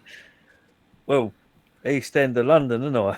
Oh golly, that's a long way away. And what brings you here to old Boston? Money. Money does make the world go round. Money talks as well. Certainly does. How about I slip you? Not a length, but $1. That sounds like a Western film. Not a length, but $1. And we'll see how we get on. Well, I do like your charm, but let's have a look here just to see very quickly what the gold guide says. Well, the clippings files down in the morgue are not open to the general public. It does say here that you'll have to persuade R.T. Wilmot, who's the editor. He's the only one with access down there. He has the key in his office. I can set you up an appointment. Yeah, why not? Okay. So she's okay. Just give me a moment, and she starts kind of flicking through a diary and stuff, and says, "Well, actually, roll me. Let's roll a luck to see if there's an appointment today. So just roll less than your luck score on your character sheet." Luck. Where's my luck score? That's 40, isn't it? My luck here. Oh no, why? I've got 60. It should be 40, shouldn't it? Your luck. Am I right? I don't know. Didn't we all have 40 on the luck? I've got a 35. I think Okay. I've got. Pisswinkle. Your Maybe luck. I'm wrong. Your luck was 60, and your luck was calculated Yes. by creating an investigator. Luck is Okay. 3d6 multiplied by 5. So yeah, if you rolled a 12, Yeah, you rolled well. Yeah, Then that that'd be was it. So times 60. Okay, so I rolled a D100. And I rolled... Is that 90? I don't know. What's No, this? 60. 60? yes, you roll 2 dice. One's got 10s on it. Yeah. So what does that number say? I haven't rolled the 10s. Oh, 10s. I think that's 90. Yeah, 90. Yeah, so that's a 90 what? That's and a 93. Okay, well, there's a fail because it's over your luck score. Massively. Yeah. Massively. Okay. Yeah, so she's like, no, sorry. He hasn't got anything till... not for another 2 weeks, about 15 days, I'm afraid. But I can certainly book you in. Right, okay. Well, let's get that booked in. And if you can just go and check if he's in for me. Well, I mean, he's always in, unless he's at the end of the day. Yes. Damn. Let's have a look. What time did we say it was now? It was after lunch that she went off to the library. Is it? What kind of time of day do you think it is here? Yeah, At the, it's just school? after lunch as well. Well, he'll be due back any minute from his lunch break. I suppose if you hang around, you might be able to catch him, but he's a busy man. I'll catch him. I'll wait in the foyer for him. Sure thing, sweetie. Anything else I can help you with today? No, I don't think so. Okay. Right. Using dice to gain access to the clippings files. Oh, hello. What's that with it? Right, okay. Probably I should have read this first. Usually when encountering a neutral non-player character, you should roll versus the investigator's appearance or credit rating. However, in Artie's case, the decision is preordained. He's unhelpful. So first establish a goal with the players along the lines of gain access to the clippings files. That's what you want. Okay. Roleplay the interaction between Artie and the investigators based on the way the roleplay goes. Choose one of the following options. Blah, blah, blah, blah, blah, blah, blah. No, persuade, fast talk, charms. Okay. And then there's opportunity to push. Right. So you hang around for not long, and then like this kind of pushy guy comes in, and he's got like a shirt with his sleeves rolled up a little bit, and there's a pack of cigarettes in the cuff of the shirt and stuff like that, and he's smoking as he's walking because it's the 1920s and everyone smoked and you could smoke in buildings, and he's just puffing away and he's just laughing away, and then some young enthusiastic reporter shuttles up to him and he's like, Mr. what did I say your name was? RT Wilmot. Mr. Wilmot, sir, I was just wondering with this thing here, and he's like, not now, Brian, don't have the time to deal with this. I just got back from my lunch and I go get myself a coffee and I got a meeting at this, and it's just like, just pelts him away. So you know he's there, but he doesn't look like he's an easy man to approach. What do you do? Kick him in the bollocks.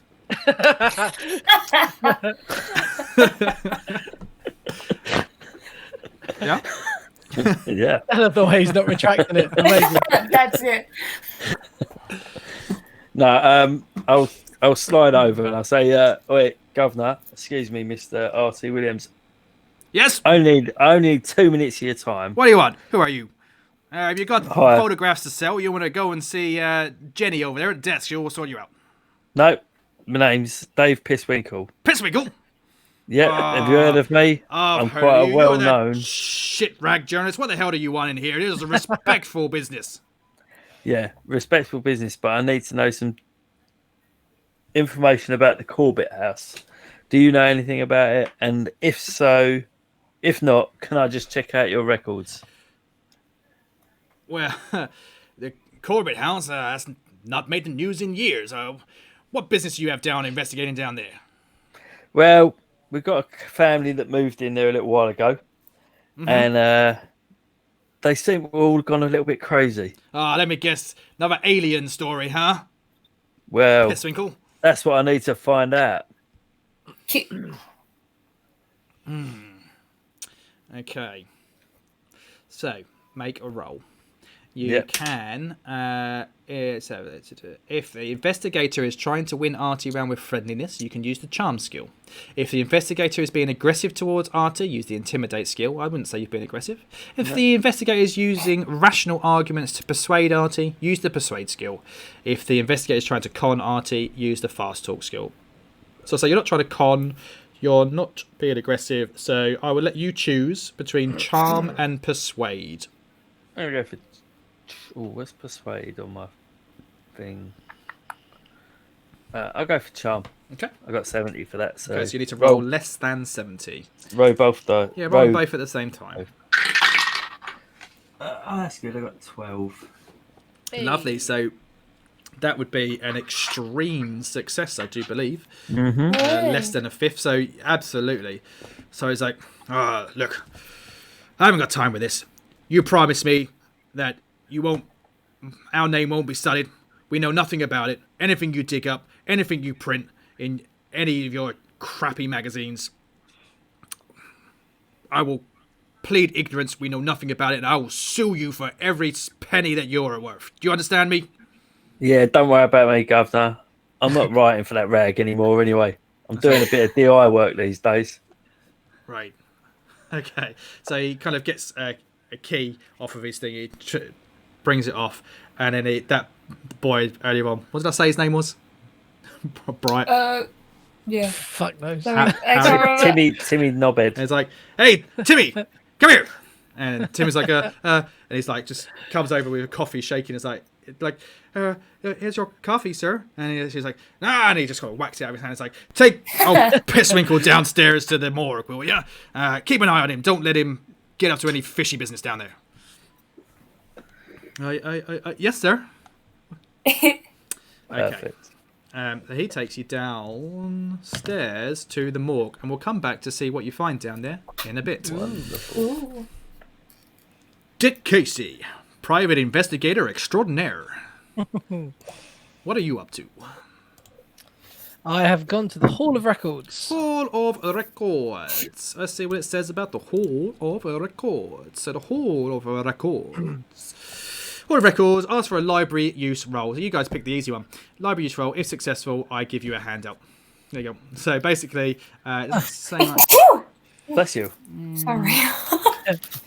civil court records. So I think it's like an official business, like where like courts are and lawyers hang around and judges and shit like that. I don't know. Like I don't know anything about current day what is what, let alone what this crap was in America nearly 100 years ago. In fact, so we're gonna say that it's in the courthouse, but it's around the back a little bit, and it's where they hold anything from kind of legal documents and stuff.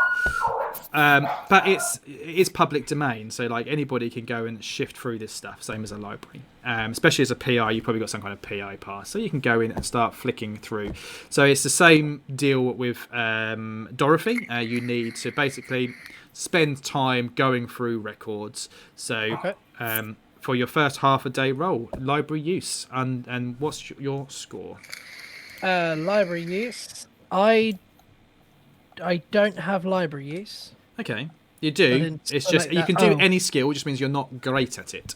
But yeah. Oh, okay. So you would need to roll under a 20. So under a 20. It is difficult. Yeah, I was better. That is A 65. Yeah, so you're there for hours. You don't know. You're not used to this kind of stuff, really, of looking through up. And that's kind of our fault as a team because I didn't kind of realise that there might have been something that was quite useful for a PI to have taken, but we didn't realise that that's what the skill meant.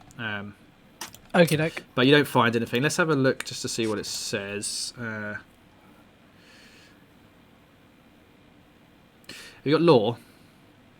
Yeah, that's mid 70. That's my big one. I will allow a law roll based on the fact that that's what you probably assumed it was going to be used for is looking at law records and stuff. So what if we split the difference and roll under a 50? Okie doke. 35. That would do it. Okay. So I've now put this inside your journal. Handout number 7. You should be able to see it. Yep. If you would like to read out for the audience what you find.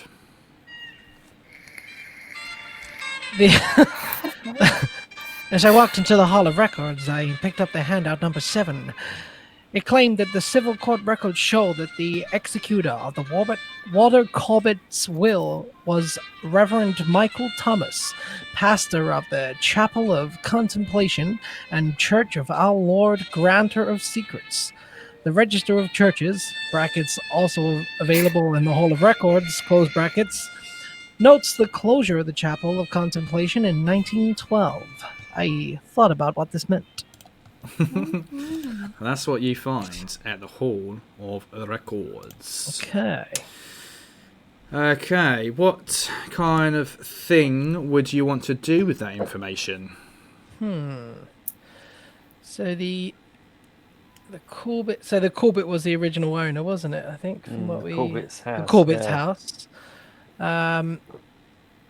I think I want to see if I can track down the Reverend Michael Thomas. So that you want to look up the Chapel of Contemplation. Chapel of Contemplation. Okay, so yeah. So you'd need to spend some more time digging around, but with your original roll, you will find something. But you're there late into the evening, digging. Okay. Eventually, in the criminal court records, you find references to actions taken in 1912. So we're in 1920, so 8 years ago. However, the actual records are not present.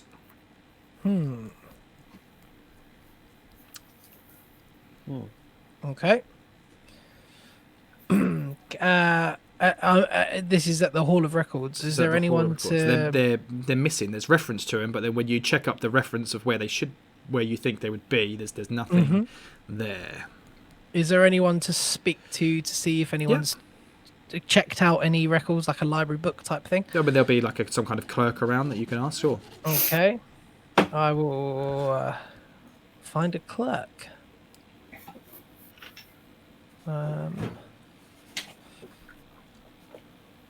If that's okay. Yep. Okay. So what did you say to? I don't know what I meant to say. What did you say to? What? What are you saying? What do you say? What do you say? What do you got? Huh? Yeah, so there's like a desk clerk, kind of filing stuff around. Somebody's filing shit in the back corner somewhere that you can ask. Excuse me, ma'am. I'm a woman. Okay. Yep. Hell yeah. Could I have some of your time?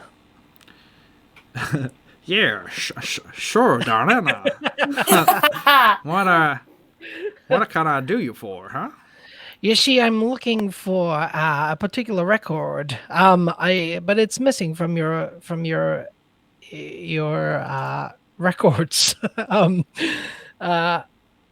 I wondered if I could have a register of anyone that's checked out any information, or someone that's maybe signed in to look at a particular area of your records. Well, nobody checks stuff out of here. That's against the rules. You can't just take anything out. But certain files, it's just. What are you looking for? What's that you got there? For some information on the priest Michael Thomas for the Chapel of Contemplation. He was the I've lost all my shit. He He was the main will person. What's the word? Executor. He was the executor wheel of the person. will Right, of okay. the old Corbett's house. You That's- may have heard of it. So she takes it off and has a look and says, "Oh yeah, you see, right here it's still where it says here this is criminal court records. So it says here serious crimes. So yeah, we wouldn't hold the serious crimes stuff here. That's handled in the county, Commonwealth, or federal courts. One of them, but yeah, not here, I'm afraid, darling. Sorry, I couldn't be any more help. No problem. Has anyone come in asking of this person, or have you heard anything? Not to my knowledge, no. I'm just a lawyer's assistant clerk person. And So, where would you suggest I go to find out further information on this? as I just said, it would be either in the county, the Commonwealth, or the federal courts. One of those three: county courts, Commonwealth courts, or the federal courts. It says, yeah. And we rolled law before. You rolled 35. It says a successful law skill roll can indicate you the same thing as well. So you'd know that they wouldn't be kept there to be in one of those. But what you could do, and it says here, is records of city officers participating in arrests or seizures are filed at the Central Police Station.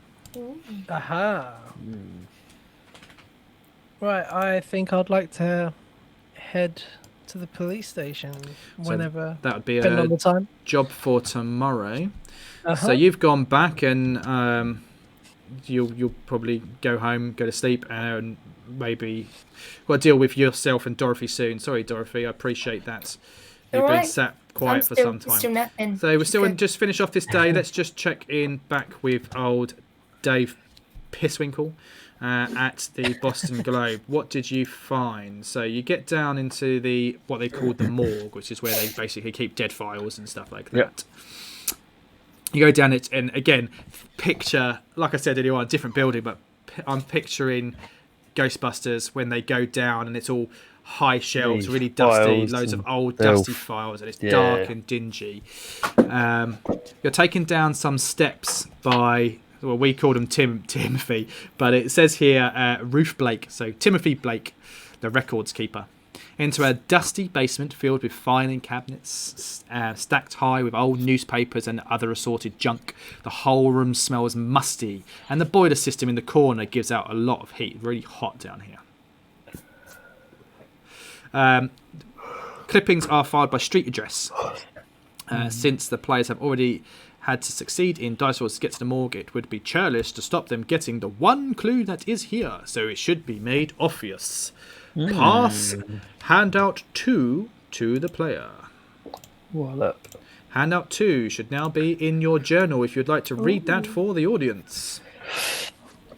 Handout 2, unpublished story, Boston Globe, 1918. I think I keep changing my accent. Great. 1918 feature story, which was never published. It states that in 1880, a family of French immigrants moved into the house but fled after a series of violent accidents. Left the parents dead and 3 children crippled. The house long stood vacant. In 1909, another family moved in and immediately fell prey to illness.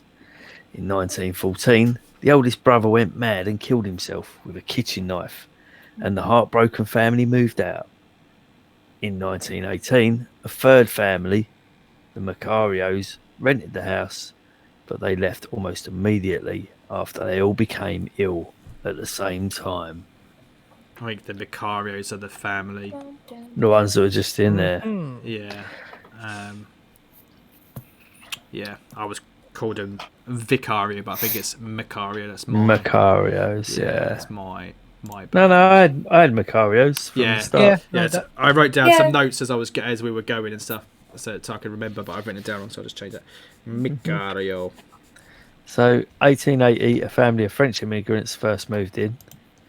And they fled after a series of violent accidents. Yeah, so we're just going to retcon some of the timelines because I said that this was all quite recent. We're 1920, but it was a couple of years ago then. So we're in 1920. 2 years ago, this family went crazy and moved out, and he's not been able to Rent the place. Maybe he's actually acquired it after then, but isn't able to rent it because this has happened. We'll just retcon that because I got the timelines mixed up. So we're in 1920. So this is a story from 2 years ago when the Macario family moved in and shortly moved out, all crazy. 1880, so that was 40 years ago. Family of French immigrants moved in and fled after the parents died and children crippled. House was vacant for a long time. In 1909, so this is now 29 years later, still 11 years ago, another family moved in, immediately fell prey to illness. 5 years later, so now 6 years ago, the eldest brother went mad and killed himself with a kitchen knife, and the heartbroken family moved out. 1918, 2 years ago, the Macarios rented the house but left almost immediately after they all became ill at the same time. What's making them ill? Is there a year pattern there as well? Is there a year pattern? It seems to keep vaguely half in. It gets more frequent. Oh, really? So 1880, then I think 1909. So then that would be. So let's say at the end of the day, you've taken this information that you've all got together, apart from Dorothy, who's yet not found anything. Met back up at the office, and then let's have this conversation of what you've discovered and what you think it might pertain to. So what have we got, huh? Yeah, what you been up to, Dorothy? What you found out? Well, I did try and find some documents, but there was nothing in the library, so I went home. Right. Work, kid. I was there for like 5 hours, so it was really tedious. What? Well, I was staring at empty shelves. There was nothing about the house or the family or anything. Fair enough. Well, how about you, Dick? Well, I did find that the I can't figure these words. Wait, let me get my notes up. The executor, Michael Thomas. The executor of the will of Walter Corbett was a reverend called Michael Thomas, the pastor at the Chapel of Contemplation. When I looked further into that, I found that the record of him and any knowledge of him and the will itself was missing from the files. A nice little hot-toddy clerk told me that I can find my information at the Central Police Station, a place I don't care to visit. Okay. What about you? Well, I went down to the Globe, and some prick gave me the access down to the to the morgue. I went down there and looked down there. It seems there's like some dodgy goings on at the house. There's been a few strange occurrences over the years, and we got to get to the bottom of it, I reckon. Sounds like a plan. Wonderful. Well, I wonder where this Chapel of Contemplation is and if it's still around. Yeah, I think I think the police station is the place to go to find out more about that. Would there be anyone else who knew about the Chapel of Contemplation? I presume it's local.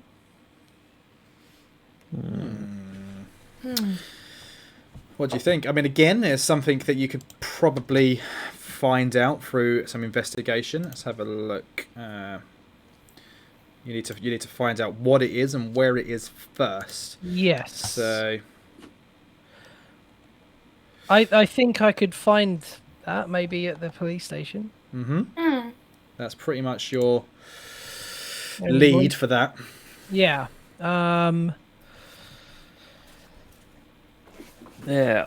Yeah, I don't know if there's anywhere we all go together. I guess we can find out at the police station about this, the occurrences that have happened as well, because there seem to be quite violent deaths. Yeah. Do you want to see if you can maybe find out more at the maybe another day at the library. I don't think there's much in the library. Okay. I mean, I don't mind going to the library if you want a break, Dorothy. Well, I'm I kind of mean, you could double thinking- team it. Yeah. I mean, like you've kind of dried up your leads now at the Boston. Yeah, the Boston So, stuff. Yeah. I mean, it's not really like, again, think about what your characters would do in this scenario. The following day, would you just sit in the office or at home waiting for the others to find something, or would you go to the library and look, well, you know what, that lead is dry now. I think I'd go to the library and see if there's anything Yeah. about the house there, for sure. Yeah. I think I would go to the station, although it's going to be uncomfortable. could we? Did you mention earlier on about going to speak to the family in that place? In the asylum. Yeah, you could go there. Yeah. Might give that a go. I'll be right back. Yeah, okay. Sorry. That's all right. So think about your skill sets. So if you're going to go and visit crazy people in a sanitarium, kind of let's have a look. Do you need... Yeah, so like what would make you skilled at doing that, talking to crazy people, you know, a psychology skill or a charm skill? My charm's pretty good. Mine's not very. My psychology is like 40. So Who's got the best library use skill? library, I've got 20 on that. I've got 50. So it probably is best that Dorothy keeps on at the library. Pops back to the library. Okay. I got 60 Cool. on my library use, but Yeah. I do have 70 on charm. So So what have you got on library use? library use 60. 60. I know, so you're better at library use. Mm-hmm. So maybe you go to the library and then the caring, unassuming lady English was to teacher. go talk. To the mentals. Wonderful. Can't wait. Yeah. Yeah. Okay. So you go your separate ways. New day dawns. New day dawns. So we're going to go police station. Dick Casey, police station. Dave Pisswinkle is going to take over at the library, as he seems to be a bit more successful at rooting through files and stuff, it's what he does for a living. And then poor old Dorothy, who is kind of getting pushed out of the way. She's like, "Oh, there's nothing there. I've gone through it all. It's boring. Nothing there." They're like, "Okay, why don't you go to the sanitarium and see if you can get anything out of the family that are there." So let's go to the sanatorium first, then. Oh, exciting. Okay. All right. So you go in. Let me just trying to think. So basically, all I know about mental hospitals is really what I've seen on TV. So I imagine that it's all cordoned off. You can't get through without keys and locks and stuff like that. But there's a receptionist or nurse at the counter, and you can sign in as a guest to visit people. What do you do? I'm gonna sign in as a guest, and I don't know why I find that funny. am I allowed to? Yeah, that's what I'm gonna do. I'm gonna sign in as a visitor guest. Oh, hello, dear. Who are you here to see today? I am here to see the Mercutio family. Oh, the Mercadio family. That's the one. Sorry, I've got a different on my documents. Yes. Friends of the family, are we, dear? I'm actually just here as an old family friend from town. I've just come to see their being looked after. You must be. Let me just remember what their names are. Hold on a second. No worries. Vittorio is the husband. Gabriella. Vittorio. Vittorio, and I'm going to lose the accent. Gabriella. Gabriella. And the kids are staying with relatives out of town. So nicely done. So let's just say that they are, I don't know, let's say they're Gabriella's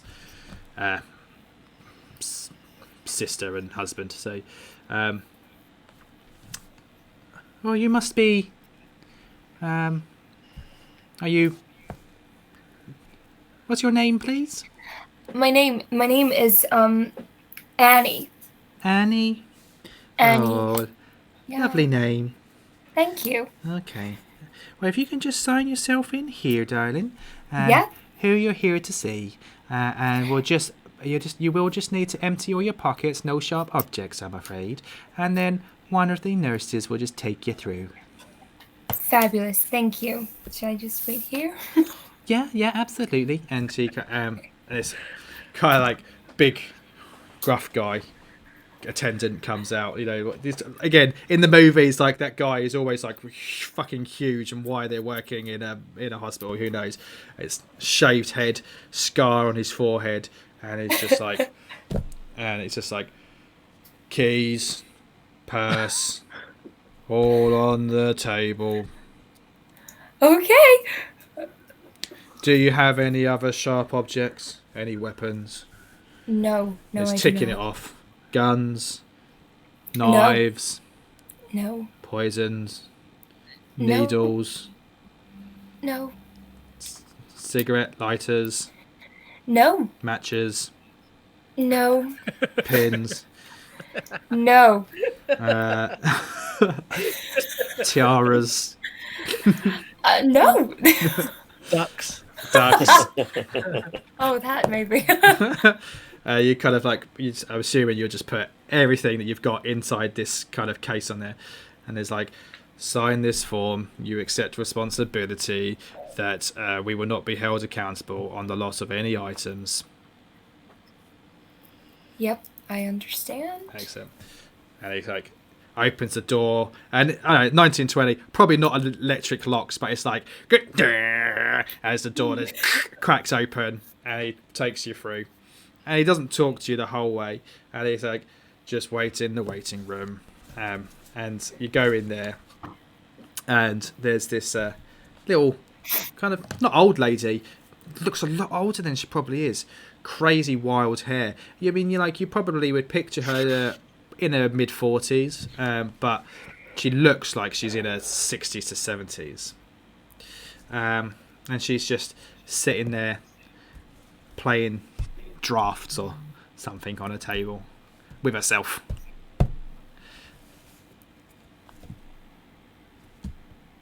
Hello. Are you Gabriella? Ah, yes. See, Gabriella, how can I... Do I know you? No, you don't know me. I've actually just come here just to ask you a few questions. Is that okay? See, I suppose... I'm sorry. Please, sit down.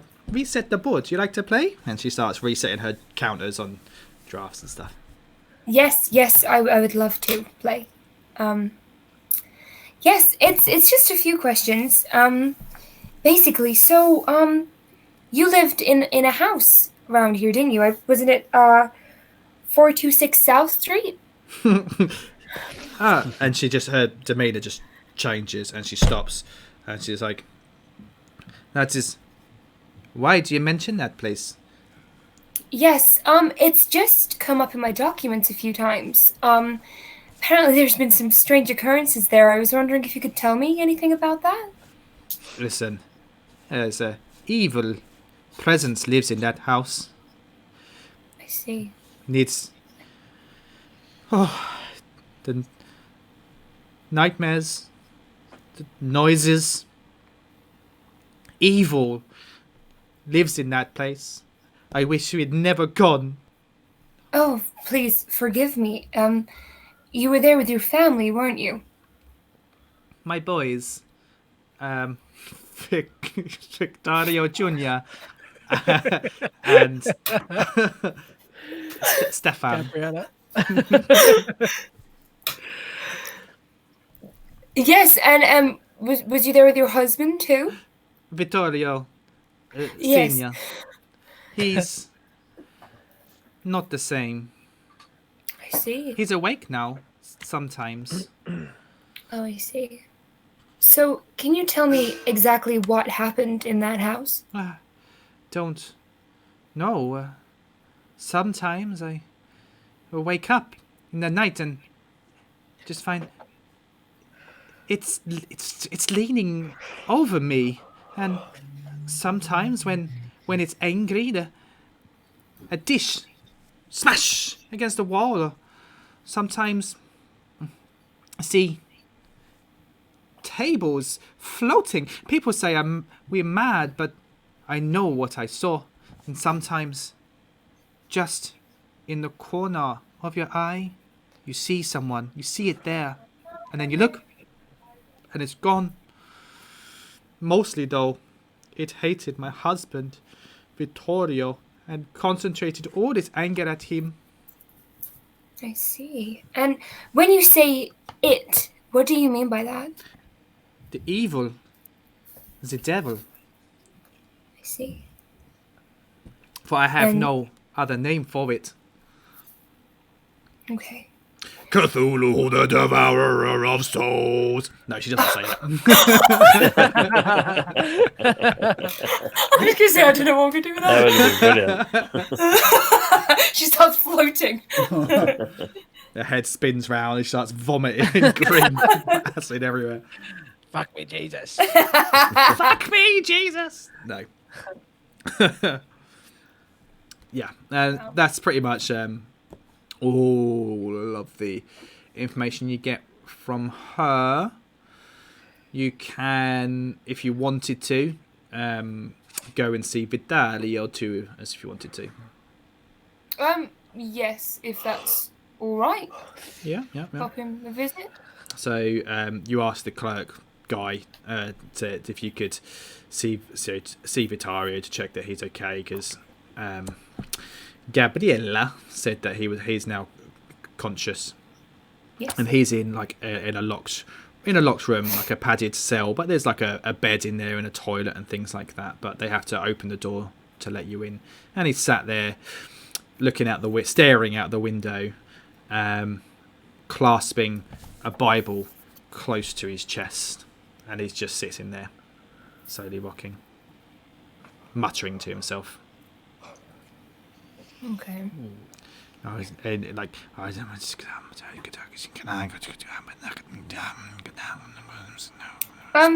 Hello, Victorio.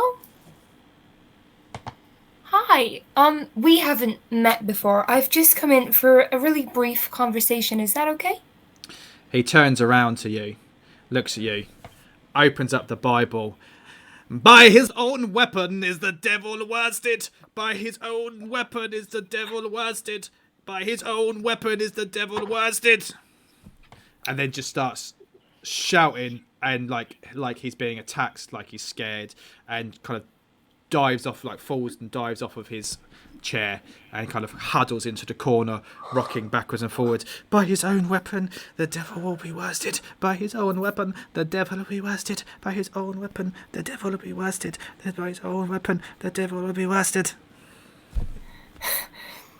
Okay. I think I'm gonna come back another time. Thank you for your time. And scene. Okay. That receptionist, by any chance, did she look like Robin Williams? Oh, hello, I was dear. thinking the same thing. Right. Right. I think that's probably it for this week's episode. Bum, bum, bum. Bum, bum, bum. The devil will be worsted by his own weapon. The devil will be worsted by his own weapon. Thank you very much for joining us, everybody. It's been a pleasure. Something different. I hope great. you've had fun. You guys enjoying it? It's different, isn't it? Yeah, it was good. It'd be, I like the more role playing side of it. We'll figure out the mechanics at some point. I largely think the mechanics are fairly simple. It's just getting used to that D100 roll and just Yeah, where everything using is on that your sheet. instead of everything else. Yeah. Yeah, and I do like how it's role play based. I like the pass fail kind of criteria. It's a lot simpler rather than having different target, different difficulty, a DC difficulty class, or attacking against an AC and stuff. It's nice that you know what you've got to achieve, and that's great. You know on your character sheet, well, I need to roll less than a 50, I need to roll less than this, and we haven't got into any situations yet where you have to then start pushing for that hard pass or that extreme success, which I said may or may not come back into the game at another point. But it keeps it really, really simple. So once you get the hang of it, I can, I don't need to tell you what your target is. I don't need to tell you if you've passed, because you're just going to roll it and you'll know, and then I can just give you that piece of information. I like the investigation side of it. I don't think. I mean, with D&D, like I've said many times that I don't feel good enough to come up with my own adventures, just because I'm not imaginative enough to do so. Which is why I like following pre-written campaigns and adventure modules, and I think I would be the same with this. Like, I don't think that I could. My brain could not come up with a story like this. It just doesn't work that way. But whereas with D&D, not only would you have to come up with an adventure and then go, okay, so what's this bad guy's stats, and then here's a trap. What are the difficulty to get past the traps? What's the damage? I think writing an adventure in this would be a lot simpler, because you don't need to come up with those challenges, because it's on your character sheet. It's up to you to decide whether you pass and fail. So I think it'd be a lot easier. But I've enjoyed this. I'm looking forward to hopefully we can. It feels like this is obviously probably a lot more open in terms of what we can do, but it does feel like we've got a very clear path. You said there's 3 places you can go and explore and find out what you can. 100%. Yeah. But it's also really open. Like there is nothing that would have stopped you from just going, let's just go to the haunted house and see what's there. You could have just done that with no information, and maybe it's haunted, maybe it's not. And if you find whatever is haunting it, you might just be lucky enough to defeat it, or die or end up going crazy. But part of the mission that you're being paid for is, I want to know what's going on here, because I've bought this from an auction, and I don't know what I've got myself in for, and I can't seem to, now I can't set it on. What's going on? So I like that aspect of it. I think it's a well-written module for an introduction quest, because you know what, in all fairness, you're easily halfway through it, and we've done that in the first hour was making characters, and then we've done half of it in an hour and a half, really. So it's quite simple to a point, isn't it? I think if we get an opportunity to do this again, we will easily finish it in another evening. I'm happy to play again anytime. So either we can do this again next Tuesday. I don't know.